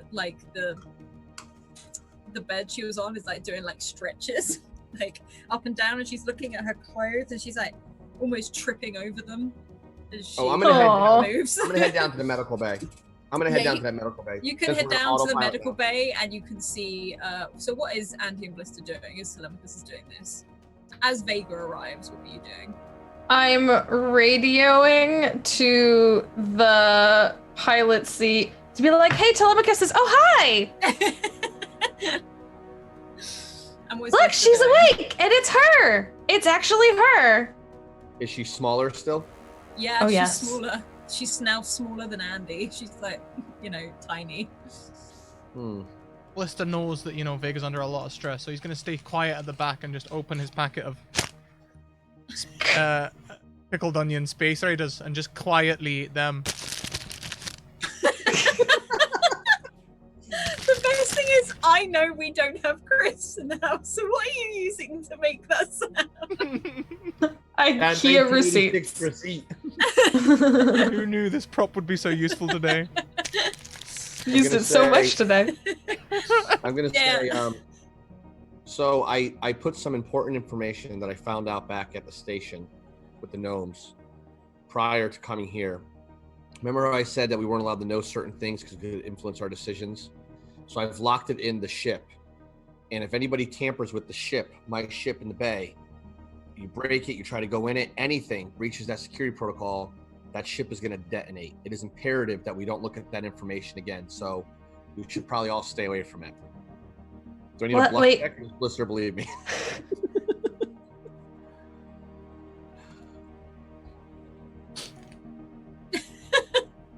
What is Blister doing? He's believed everything else I said to this point, but we'll see. I mean, that'd be a real shame because, you said you wanted me to get you a seat. I was working on one that was real special, I know. I got one, though. The gnomes got one. We got a beautiful seat in there and a harness. It's back to go. But again, just save it. Save it for afterwards. Save it for after we're done with everything, and then show me the surprise then. Okay? All right, I guess. Yeah, you okay? Do you need a hug? No, I'm good. I'm all right, thanks. I'm going to go over and hug him really hard and spill the pickles all over him. And spill the pickles all over him. Sorry. Oh. All right. Sorry about that. How did the ship fly? Was it quicker? Yes, it was exceptionally faster for the 4 feet I flew to get off the planet into the back of the holding bay / storage room / laundry room / wasted space. Oh, I'm impressed you were able to tell in such a short period of time. That's amazing. Yes, yeah, I'm really good at what I do. Where's the door to this room? What happened? Yeah, Blister, where did you put the door? Oh, I just scraped it back into the wall, So it used to do the nice Star Trek thing, right? The whole. Now it's open. That really slow, open and close. And when it gets to the end, it doesn't close properly. It just keeps opening, closing, opening, closing. Amazing. Okay, wait. You said that there's secret information on there. We're not allowed to find. Did you find anything on it? You didn't think it was why are you not shocked right now that we found a spaceship on a planet we'd never been to before with your name on it? That seems weird. I've already been shocked and then forgot about it. So remember, I can't let anything influence the decision, but that ship was actually part of a small group of elite fighters where all of them were Alpha 88. That was the squadron name. Are you a clone? No, I was. Are you sure you're not a clone? No such thing as clones. Can I get closer to him with my arm thing and start scanning to see if I see any abnormal properties? Andy, there's no such thing as clones. What are you talking about? They tried it with a sheep once, but it didn't work so well. So, how dare you disgrace the good name of Dolly? This game. Have you figured out what's wrong with your hand, by the way? Because that thing's ugly. I mean, it's no biological arm, but it does a lot of cool stuff. I mean, look at this. And she, one of the fingers opens and, some glitter comes out. That will be extremely helpful, no doubt, in the near future. Next time it's someone's birthday. Exactly what I was thinking. But okay, so you're not surprised because you were already surprised, and now you're done being surprised. And there was 12 ships, and you have found one of them now.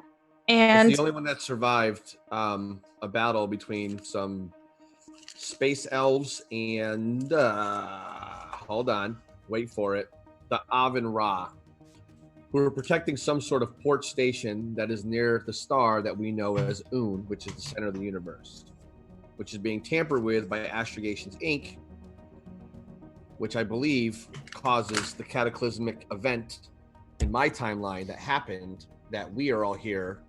Well, I'm here anyway to stop, and I think you guys are just in for the journey. Blister, you're clearly here to make that ship better, which you did. Mission accomplished. Just stay away from it from now on. Okay, but aren't you worried if it's an Astrogations Inc. ship that they can use it to find us and track us and see what we're doing?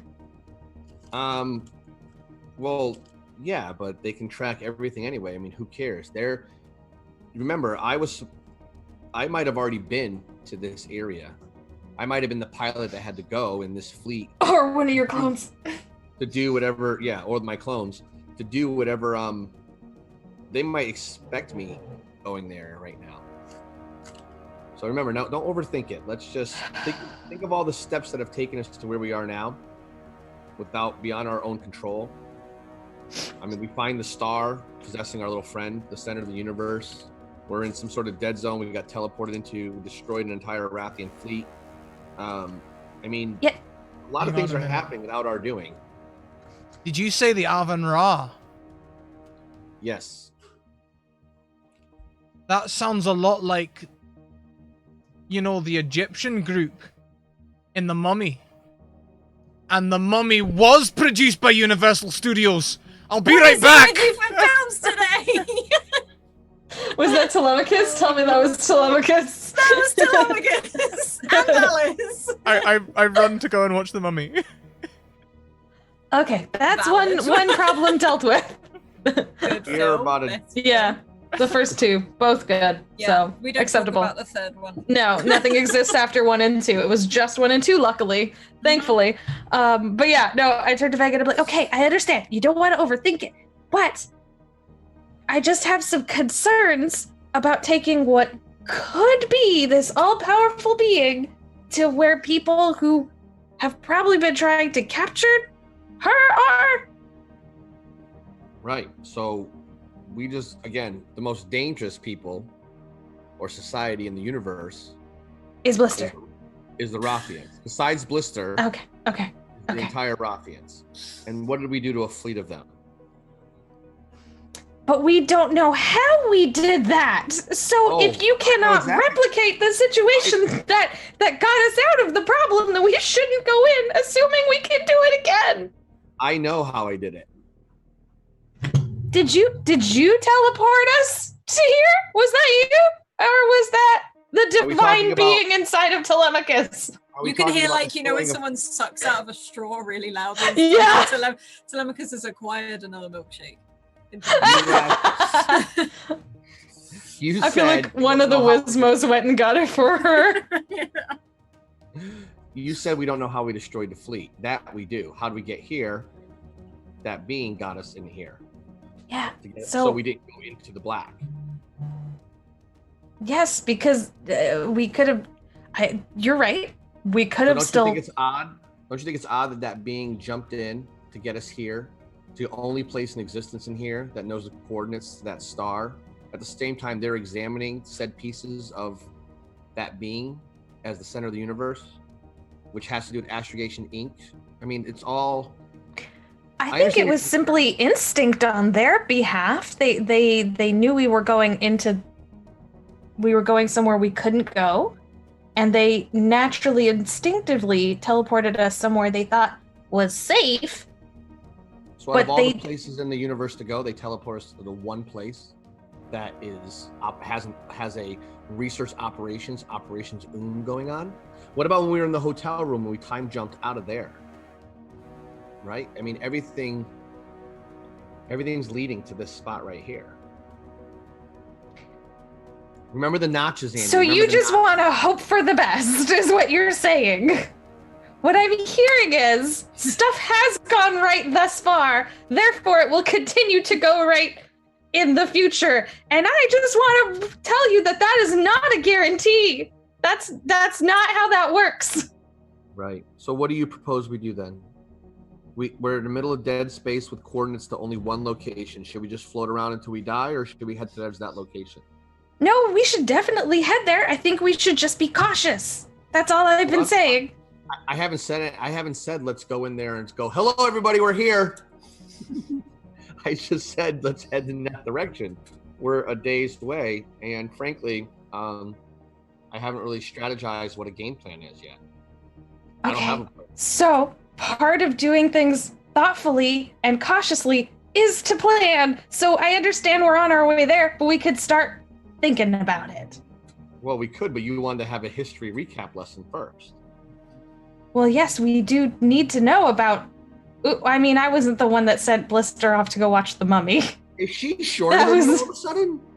Yeah, I can't explain it.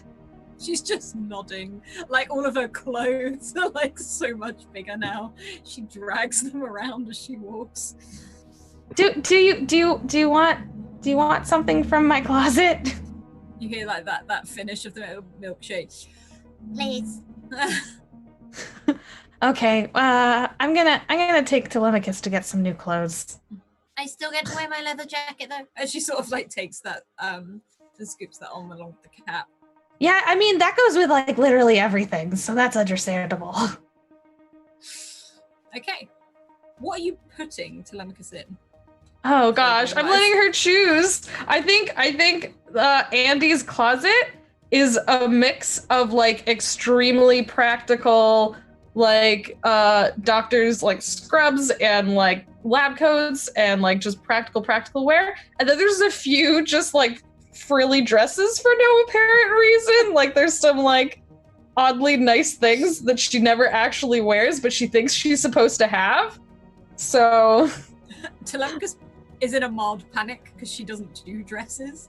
Yeah. She looks at all of them and is like, oh, okay. reaches up to one of the dresses. Like she's got on like these thick, tight, almost like leggings on underneath that are very thermal because it's space. Now, these leggings, are they like plain leggings or are they like the old school 2000 silver leggings? Like, when everyone knew what, space would look like in the year 2000.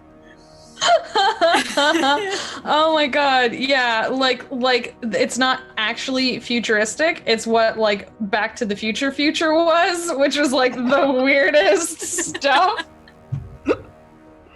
It is, I'm not gonna say it's perhaps it is 80s space chic. Like she wears a lot of 80s space chic. Okay, she's gonna put on 80s space chic.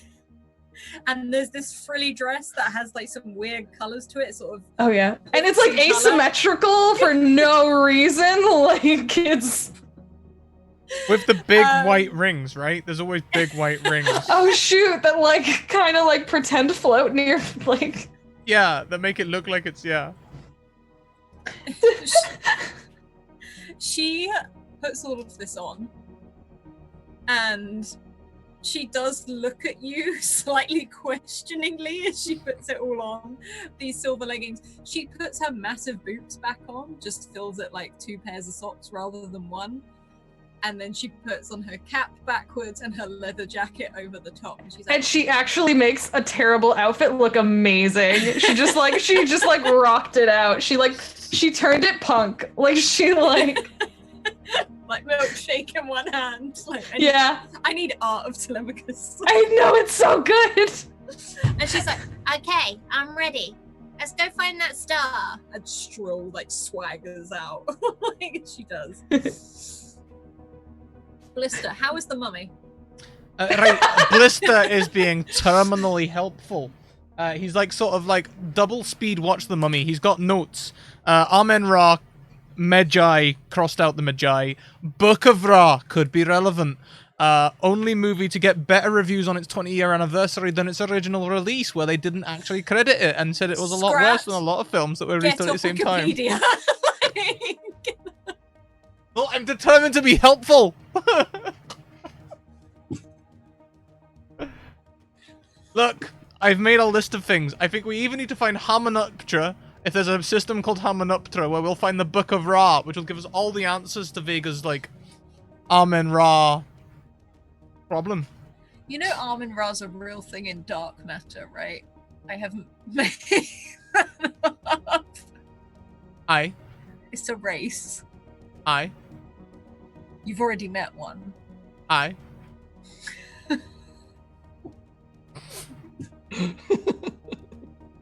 They were at this station where we met the brain octopus. Yeah, you met one of the big bird people. The bird people, right? Yeah. Okay. You did not know that at all. Bullshit. You have no idea what that is. That's bullshit. That is amazing. He had no idea. He really did. He's like, amazing. Yes. And I'm like, look, I've known you for 10 years. I know when you're bullshitting. Oh. I'm gonna bring these notes. Nothing. After extensive research, you realize the mummy has nothing to do with what you're going on. But the Book of Ra. I'm sure it is. Ra is actually a reference to the bird, which is the god Ra in Egyptology, if you want me to go into it, but that's nothing to do with that. But it kept him busy for 20 of the 24 hours of this trip. Basically, you got everything you needed to get done whilst he was watching the mummy.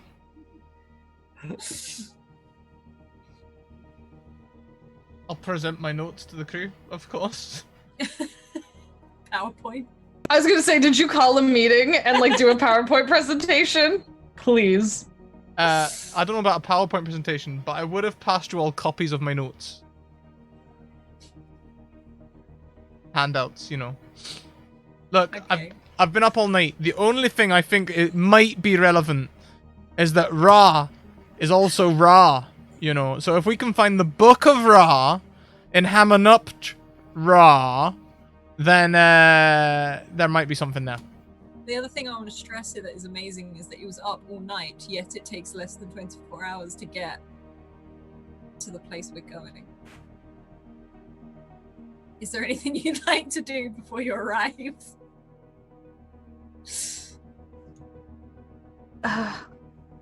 Okay. Where are we? Are we in some, he brought us into some room to tell us this stuff? Okay. You're So all in the Is there a cockpit. conference room You're on the all- ship? There is now. How much further is this where we're going? You've got like another 4 hours till you get there. Okay. Argo has provided a conference room with bowls of grey, which taste like Excellent. whatever you want them to taste like. I'm going to say, before you get started, I have to go use the restroom. I'm going to step out of the room. I'm going to shut the door. And I'm going to lock it for 4 hours. And I'm gonna go to my quarters and go to sleep. Am I in there? Are you kidding me right now? Andy, how betrayed do you feel right now? Hang on. Come on, Andy, you're my diversionary tactic. I cast sending and I send messages directly into Vega's brain to be like, I can't believe you just locked me in here with like Mr. Mummies. Oh my god. Well, you wanted the strategy. There you go. I'm going. I hope you have good luck finding the Book of Ra. They're people. They're bird people. I have nothing to do with the puppy. As Vega cries into his pillow. Oh dear. What would Andy and Blister be doing in this place for 4 hours? Vega left. Can't you see, Andy? It's like there's got to be a link here. I feel like I'm so close. I mean, the Avarat do have a sun god, I believe. Is that accurate, Alice? It's something like that. They do. They worship. Yeah. The sun is gold. The Book of Ra, gold. Can I call up episode of just this 4 hours? Can I call up Argo to like? You want to add to this? Listen, what choice do I need? I've been locked in this room. A screen lowers down, and there's that face. He quickly takes off the Mickey Mouse ears as he turns around. Why was he wearing Mickey Mouse ears? He was watching the film. Oh my god. He pauses and looks around and he's like, Hi, Argo. Can you tell us, do you know anything about was it the Solar Basilica, I believe? Or the Solar Cathedral? Oh, the Solar Citadel. Third tries the charm. Yes, I can give you some information that they programmed in. Hang on. It's in here somewhere. And he literally, one of those like files pops up that you have on your computer and he starts rooting through it.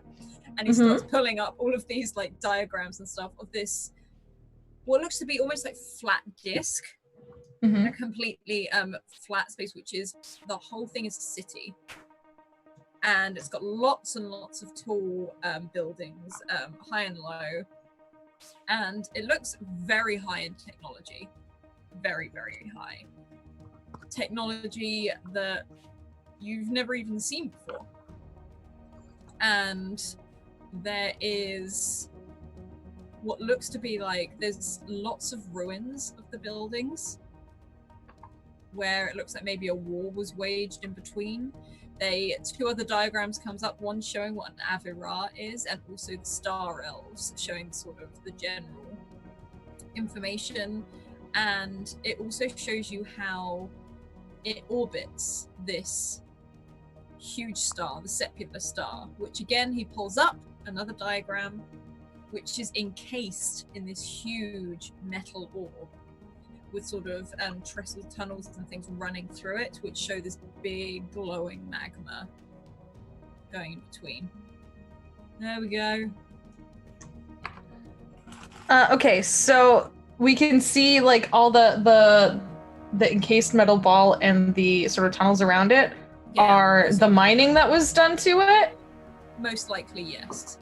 And do we know, because the Avira worship the star, don't they? Yeah. So that wasn't their mining, they're trying to protect it. They're trying to protect it. That is not part of the star, that is it holding it in place. So are the Sun Elves also trying to protect it, or they want to mine it? They don't want to mine it, they have another belief that you should be able to harness and access the power. Okay, so the mining is done most likely by Astraeations Inc. based on what we learned from the gnomes. From the gnomes, you can see that they had like bits of the rock and they were researching it. Most likely to mine it. What if the star isn't really a star? What if it's an acronym for Saint Ra? I mean, they do worship it. Argo goes back up into the ceiling. And what if the bits of it are actually the book? Huh? Oh, no. Oh, you're going back to the movie stuff. Oh, I get it now. No. Just no. There might be similarities, but I don't think the movie has the answers. If anything, the movie came after the star. Huh?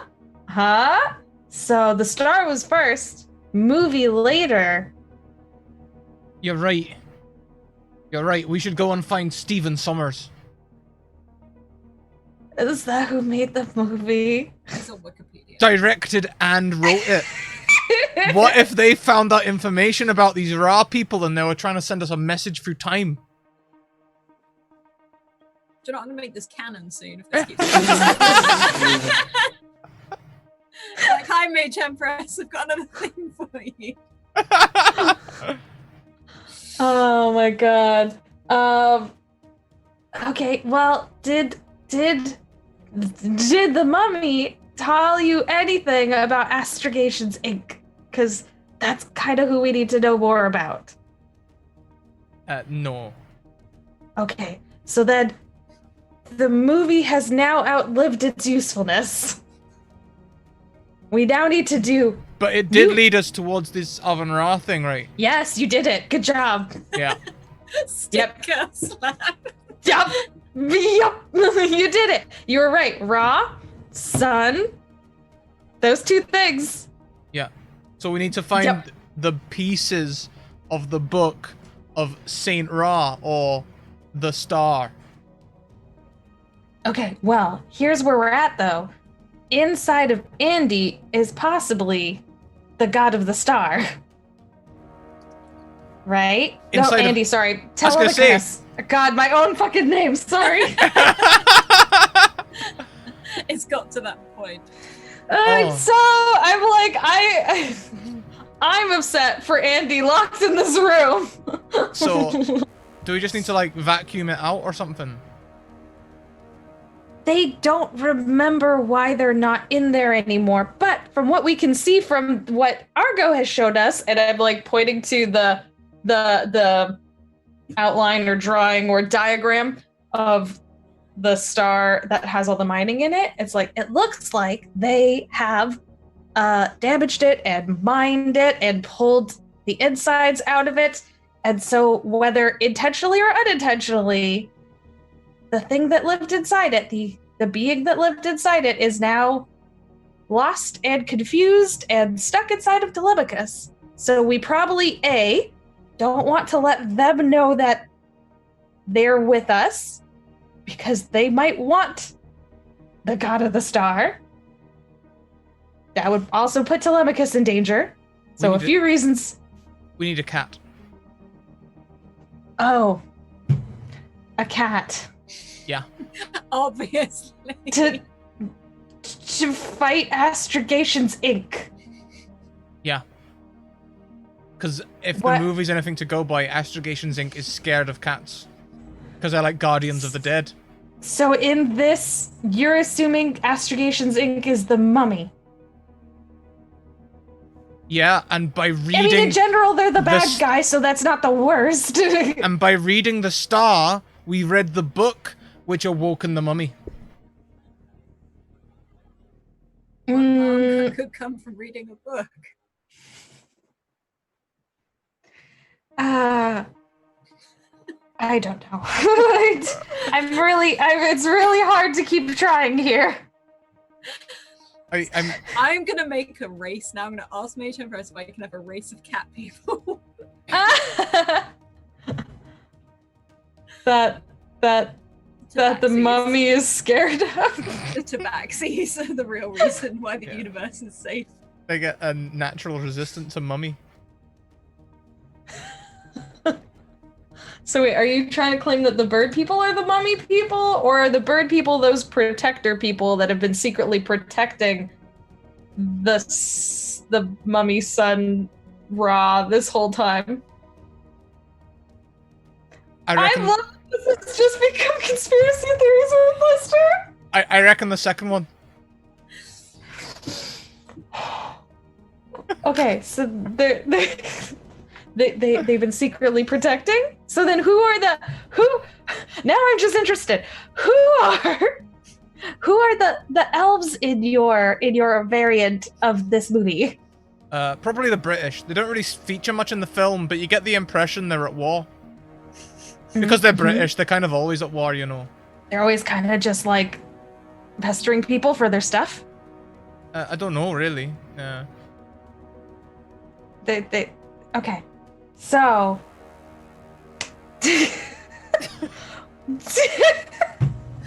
Hi, chat. You know when you just like sit back as a DM and let the team take themselves? Hi, Raider. Welcome in, World Anvil. How are you doing? Welcome. You came while we were being very serious and doing some very serious roleplay. It's just like when the story writes itself and you didn't know you needed it, but here it is. I mean, maybe Stephen Sommers left the elves out of the film to protect them. Okay, so we are approaching this dying sun to which we are currently transporting the maybe that's what that means. Maybe because Ra means sun, right? Maybe Hammon up Ra means dying sun. But what do you propose we do? Oh, I don't know. Vega, you're having a great sleep. I'm in my room strategizing, like, okay, so bird people protect, star people trying to open it up, Great War already happened, Astrogation Inc. I was probably there. Which one's more likely to have a file on Astrogation Inc.'s people? So I think that the Amun Ra are the people, the coordinates of where I want to get to. So I'm already strategizing and just gonna share that plan with them later while they're watching that. I'd love it if we could come to the same conclusion. Be like, right, look, I think we need to go to the Amun Ra people to find out more about the mummy.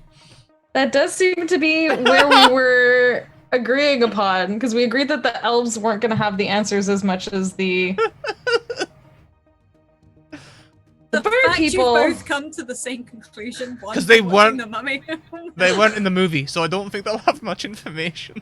Yeah, they're not as helpful to us, but the bird people are the original worshippers of the sun-ish, and they seem to be the closest idea to the living being we currently have, but maybe we shouldn't tell them we have their sun god.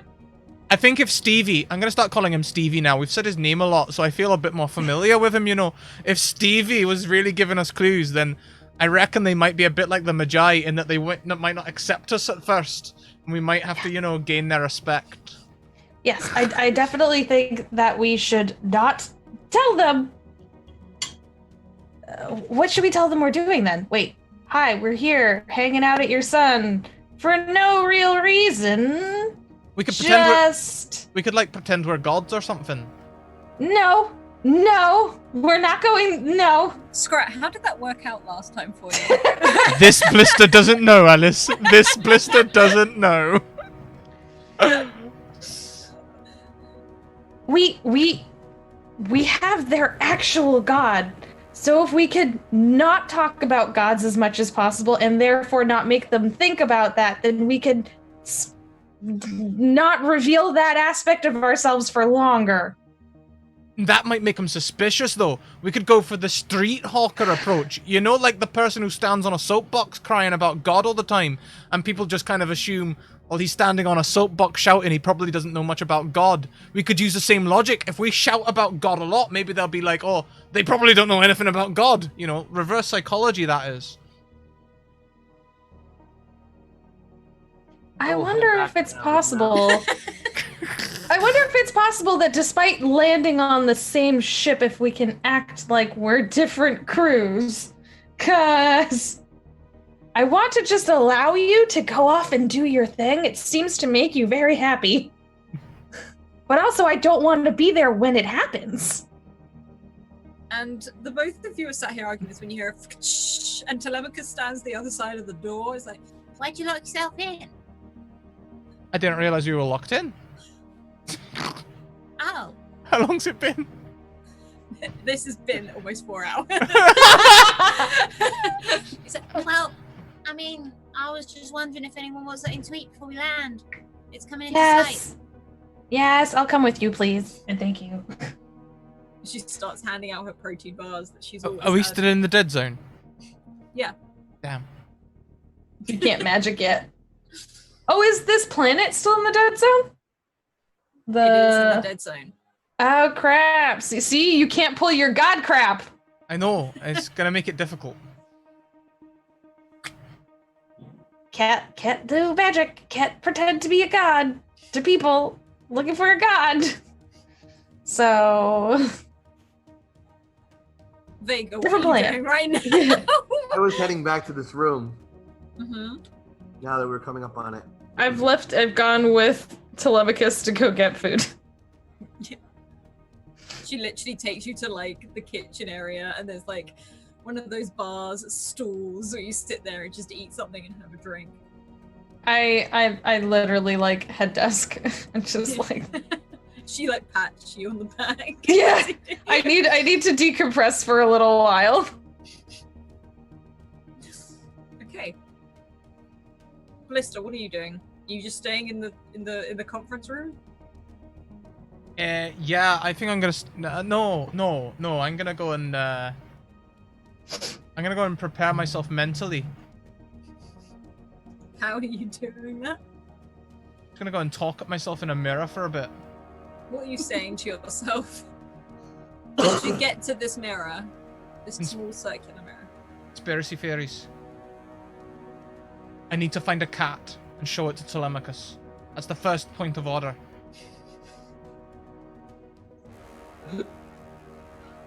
Then I need to find the Book of the Stones of Ra and get people not to read them.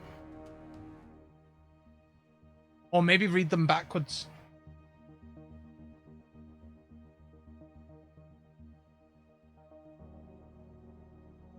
Yeah. Vega. You are able to. Where would you head if you'd got up and moving around, knowing that you're nearly there? So I was going to that room, Mm-hmm. and if I show up and nobody's there, I'm gonna ask Argo to give me an intercom, like turn an intercom on the ship. Yeah, as you do, you hear a real crackly, like static as it comes through. All right, attention shipmates. It looks like we're coming up close, but one thing, it's very difficult to get to. I don't know if they're gonna stop us from trying to fly there, if they're gonna shoot at us. But I have a plan. If you all want to meet somewhere, I will be in the cockpit. And head towards the cockpit. Okay. Telemachus sort of looks at Andy and he's like, should we go? To the cockpit, I mean. I don't know. Is there a lock in that area? As Actually, that no, seems... it's one of the most open spaces on the ship. Health and safety reasons think that's bad, but you know. This seems is to...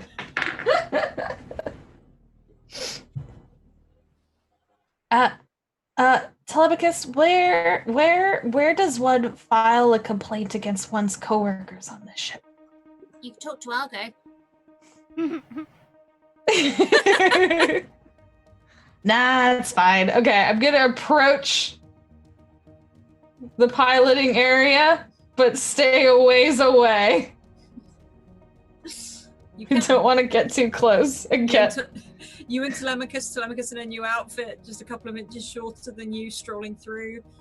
Blister, do you go to the cockpit as well after hearing that? After pepping yourself up in the mirror? No, oh shit, I'm gonna grab a quick shower. In case I need to pretend to be a god, I need to be clean, you know. This is a weird sensation for you. Yeah, well, I'm gonna put all my hair up, you know. Yeah. Yeah, so it doesn't get wet. Because I want to, embody life, literally.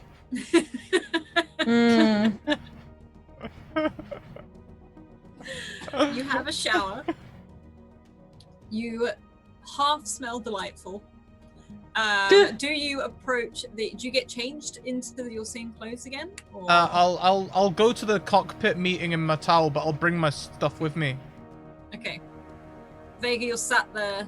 You're looking out over this window, and in this deep space where there's no stars, no nothing, you see this huge metal planet, almost S shape, with the huge magma sort of channels running through it, and you can almost tell that there's something within that.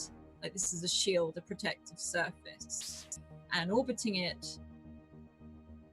is what looks to be like a flat land with a city sat on top in a huge glass dome as it orbits this star. And Andii strolls in, Telemachus in her new outfit, now a bit shorter, and Blister walks in his towel. How would you like to address your crew? I'm gonna look at Andii and just wave at her. Hi. I'm gonna go. So I don't know if you do this, but the sun is literally encased. It seems like that's probably there was mining being done by Astrogations Inc. Actually, Argo, can you pull up the demonstration you showed us of the sun? And you hear like a and a screen drops down and it all comes up again. I assume we can't just insert the living sun back into the sun. So no, we probably can't, because the Amun-Ra society is stopping anything from getting nearby. So we're gonna have to talk to them and deal with them first.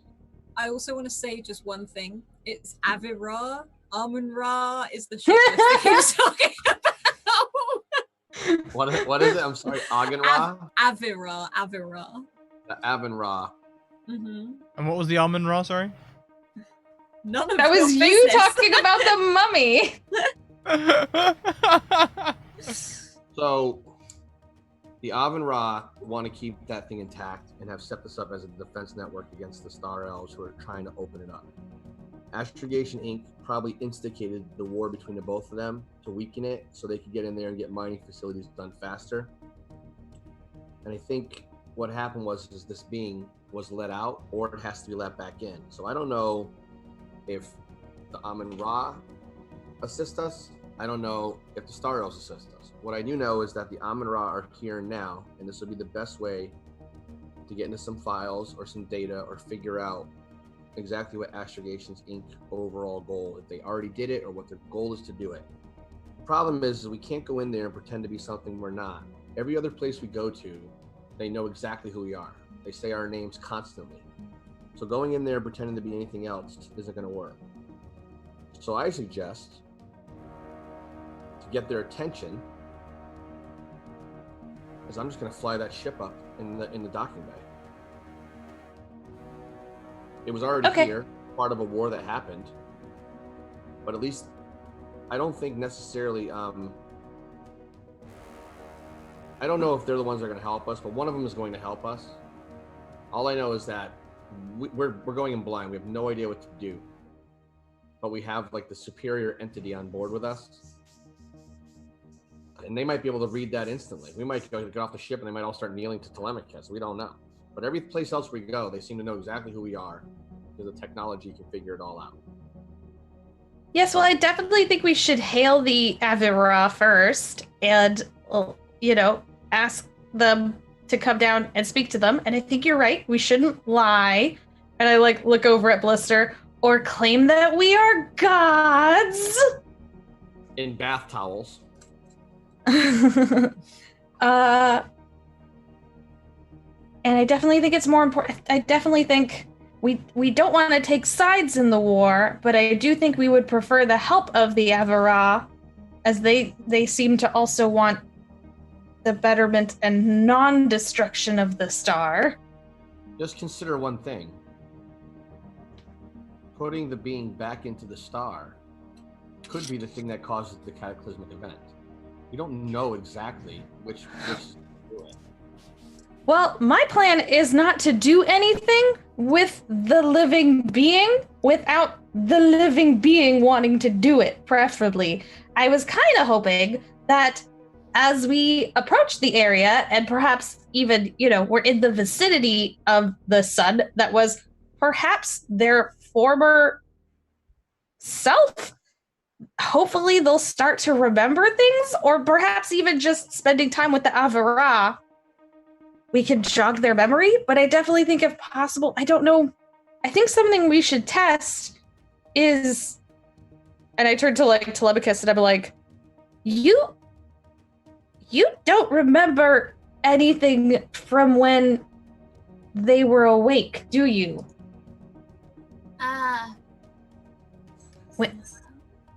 Like, she's sort of trying to think. You can see she's trying to. I'm wondering if Un can tell what's happening whilst Telemachus is fully conscious. Because if so, it is preferable to have Telemachus be fully conscious and Un watching from behind the curtain, I'm gonna say, of consciousness, than Un to be at the forefront and get us found out. I could totally be like a historian who's interested in their history, having watched The Mummy.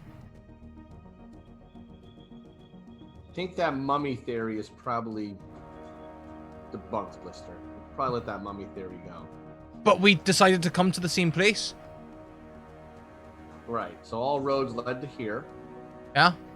And now let's go in with no plan and just try to get some more intel and information. I'm really good at that. All right. Well, this is going to be great. What could go wrong? I still want to know if Una is going to wake up and take over Telemachus if we go there. I'm scared of that.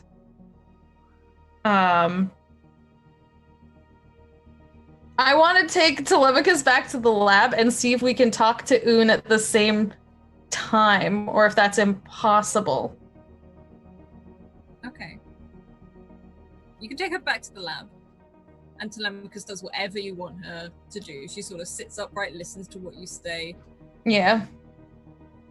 What would you like to do, or how would I don't want Un to just suddenly take over Telemachus and go full Phoenix or anything like that.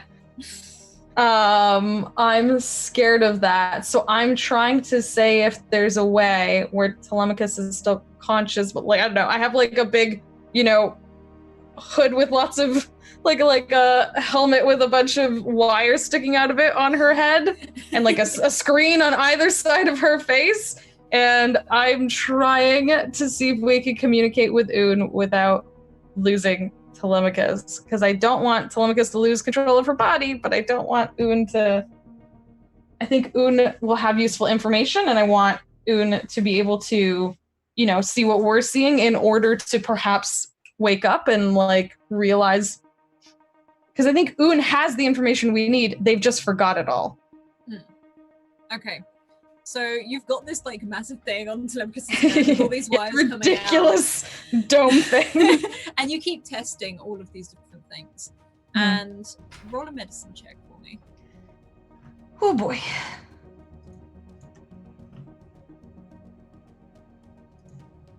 Yeah. Yes.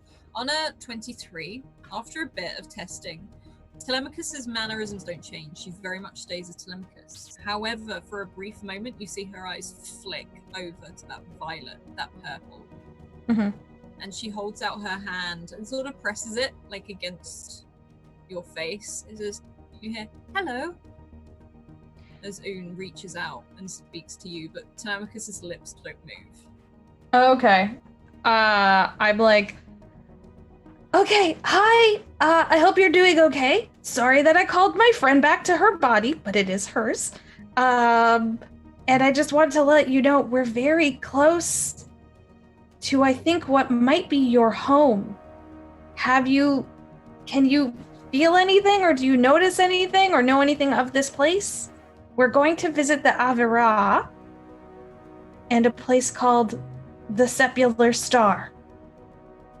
And there's a long pause, and you see Telemachus's eyes blink. It's I can feel something. Something homely. And there's another pause. I think it has been a long time since I've been here. It feels, as I said, homely. But there's something else here. I don't know what it is, but I can feel it. And it means harm. Okay. We don't want to harm you. We want to help you. Not are here. you? Not on this ship. And you see Telemachus turn, like her head turns and looks out the window towards the solar citadel. Okay. I said, there's something down there. Okay. Something harmful this way comes. And her, like, Telemachus's eyes blink again, and they're no longer violet, they're just sort of a green color again. Ah, dang it. She sort of looks around, looking up at the top of this thing on her head. She was here, wasn't she? Yeah. She was here. She remembers this place feeling like home, but she says there's something in the Solar Citadel that might harm her. Okay. So. Well, I don't want to let that happen. I don't either, which is why she didn't say harm her. It just said something that was going to cause harm. It could mean the star. It could mean us. It could be something that's on the Citadel that's planning to blow the Citadel She up. specifically said it wasn't the ship and it wasn't us.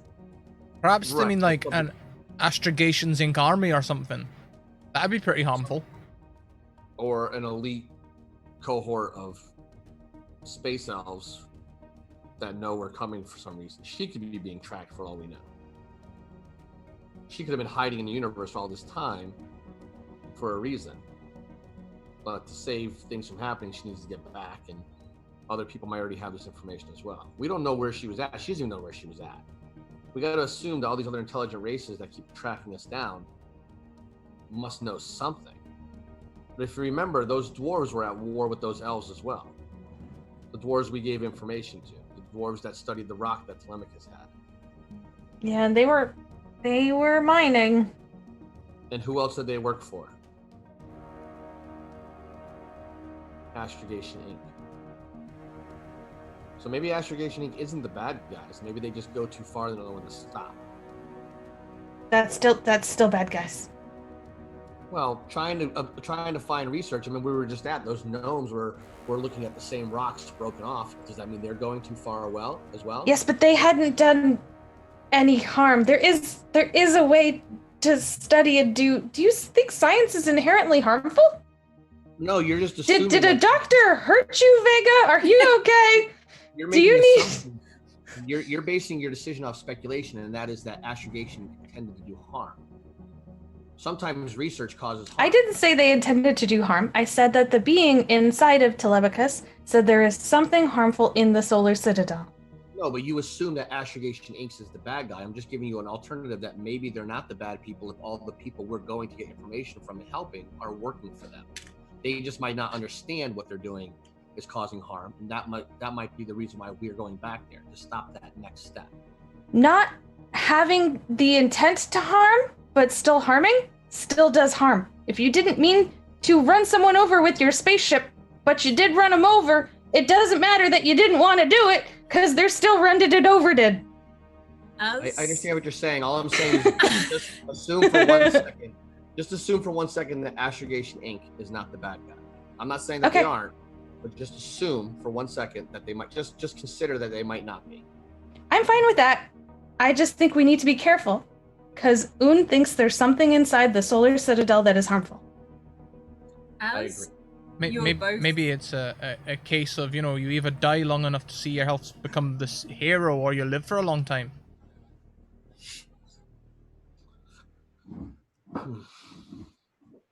As No, I mean, as Andii and Vega are discussing about what could be on the solar citadel, Blister, you feel very warm, almost like static.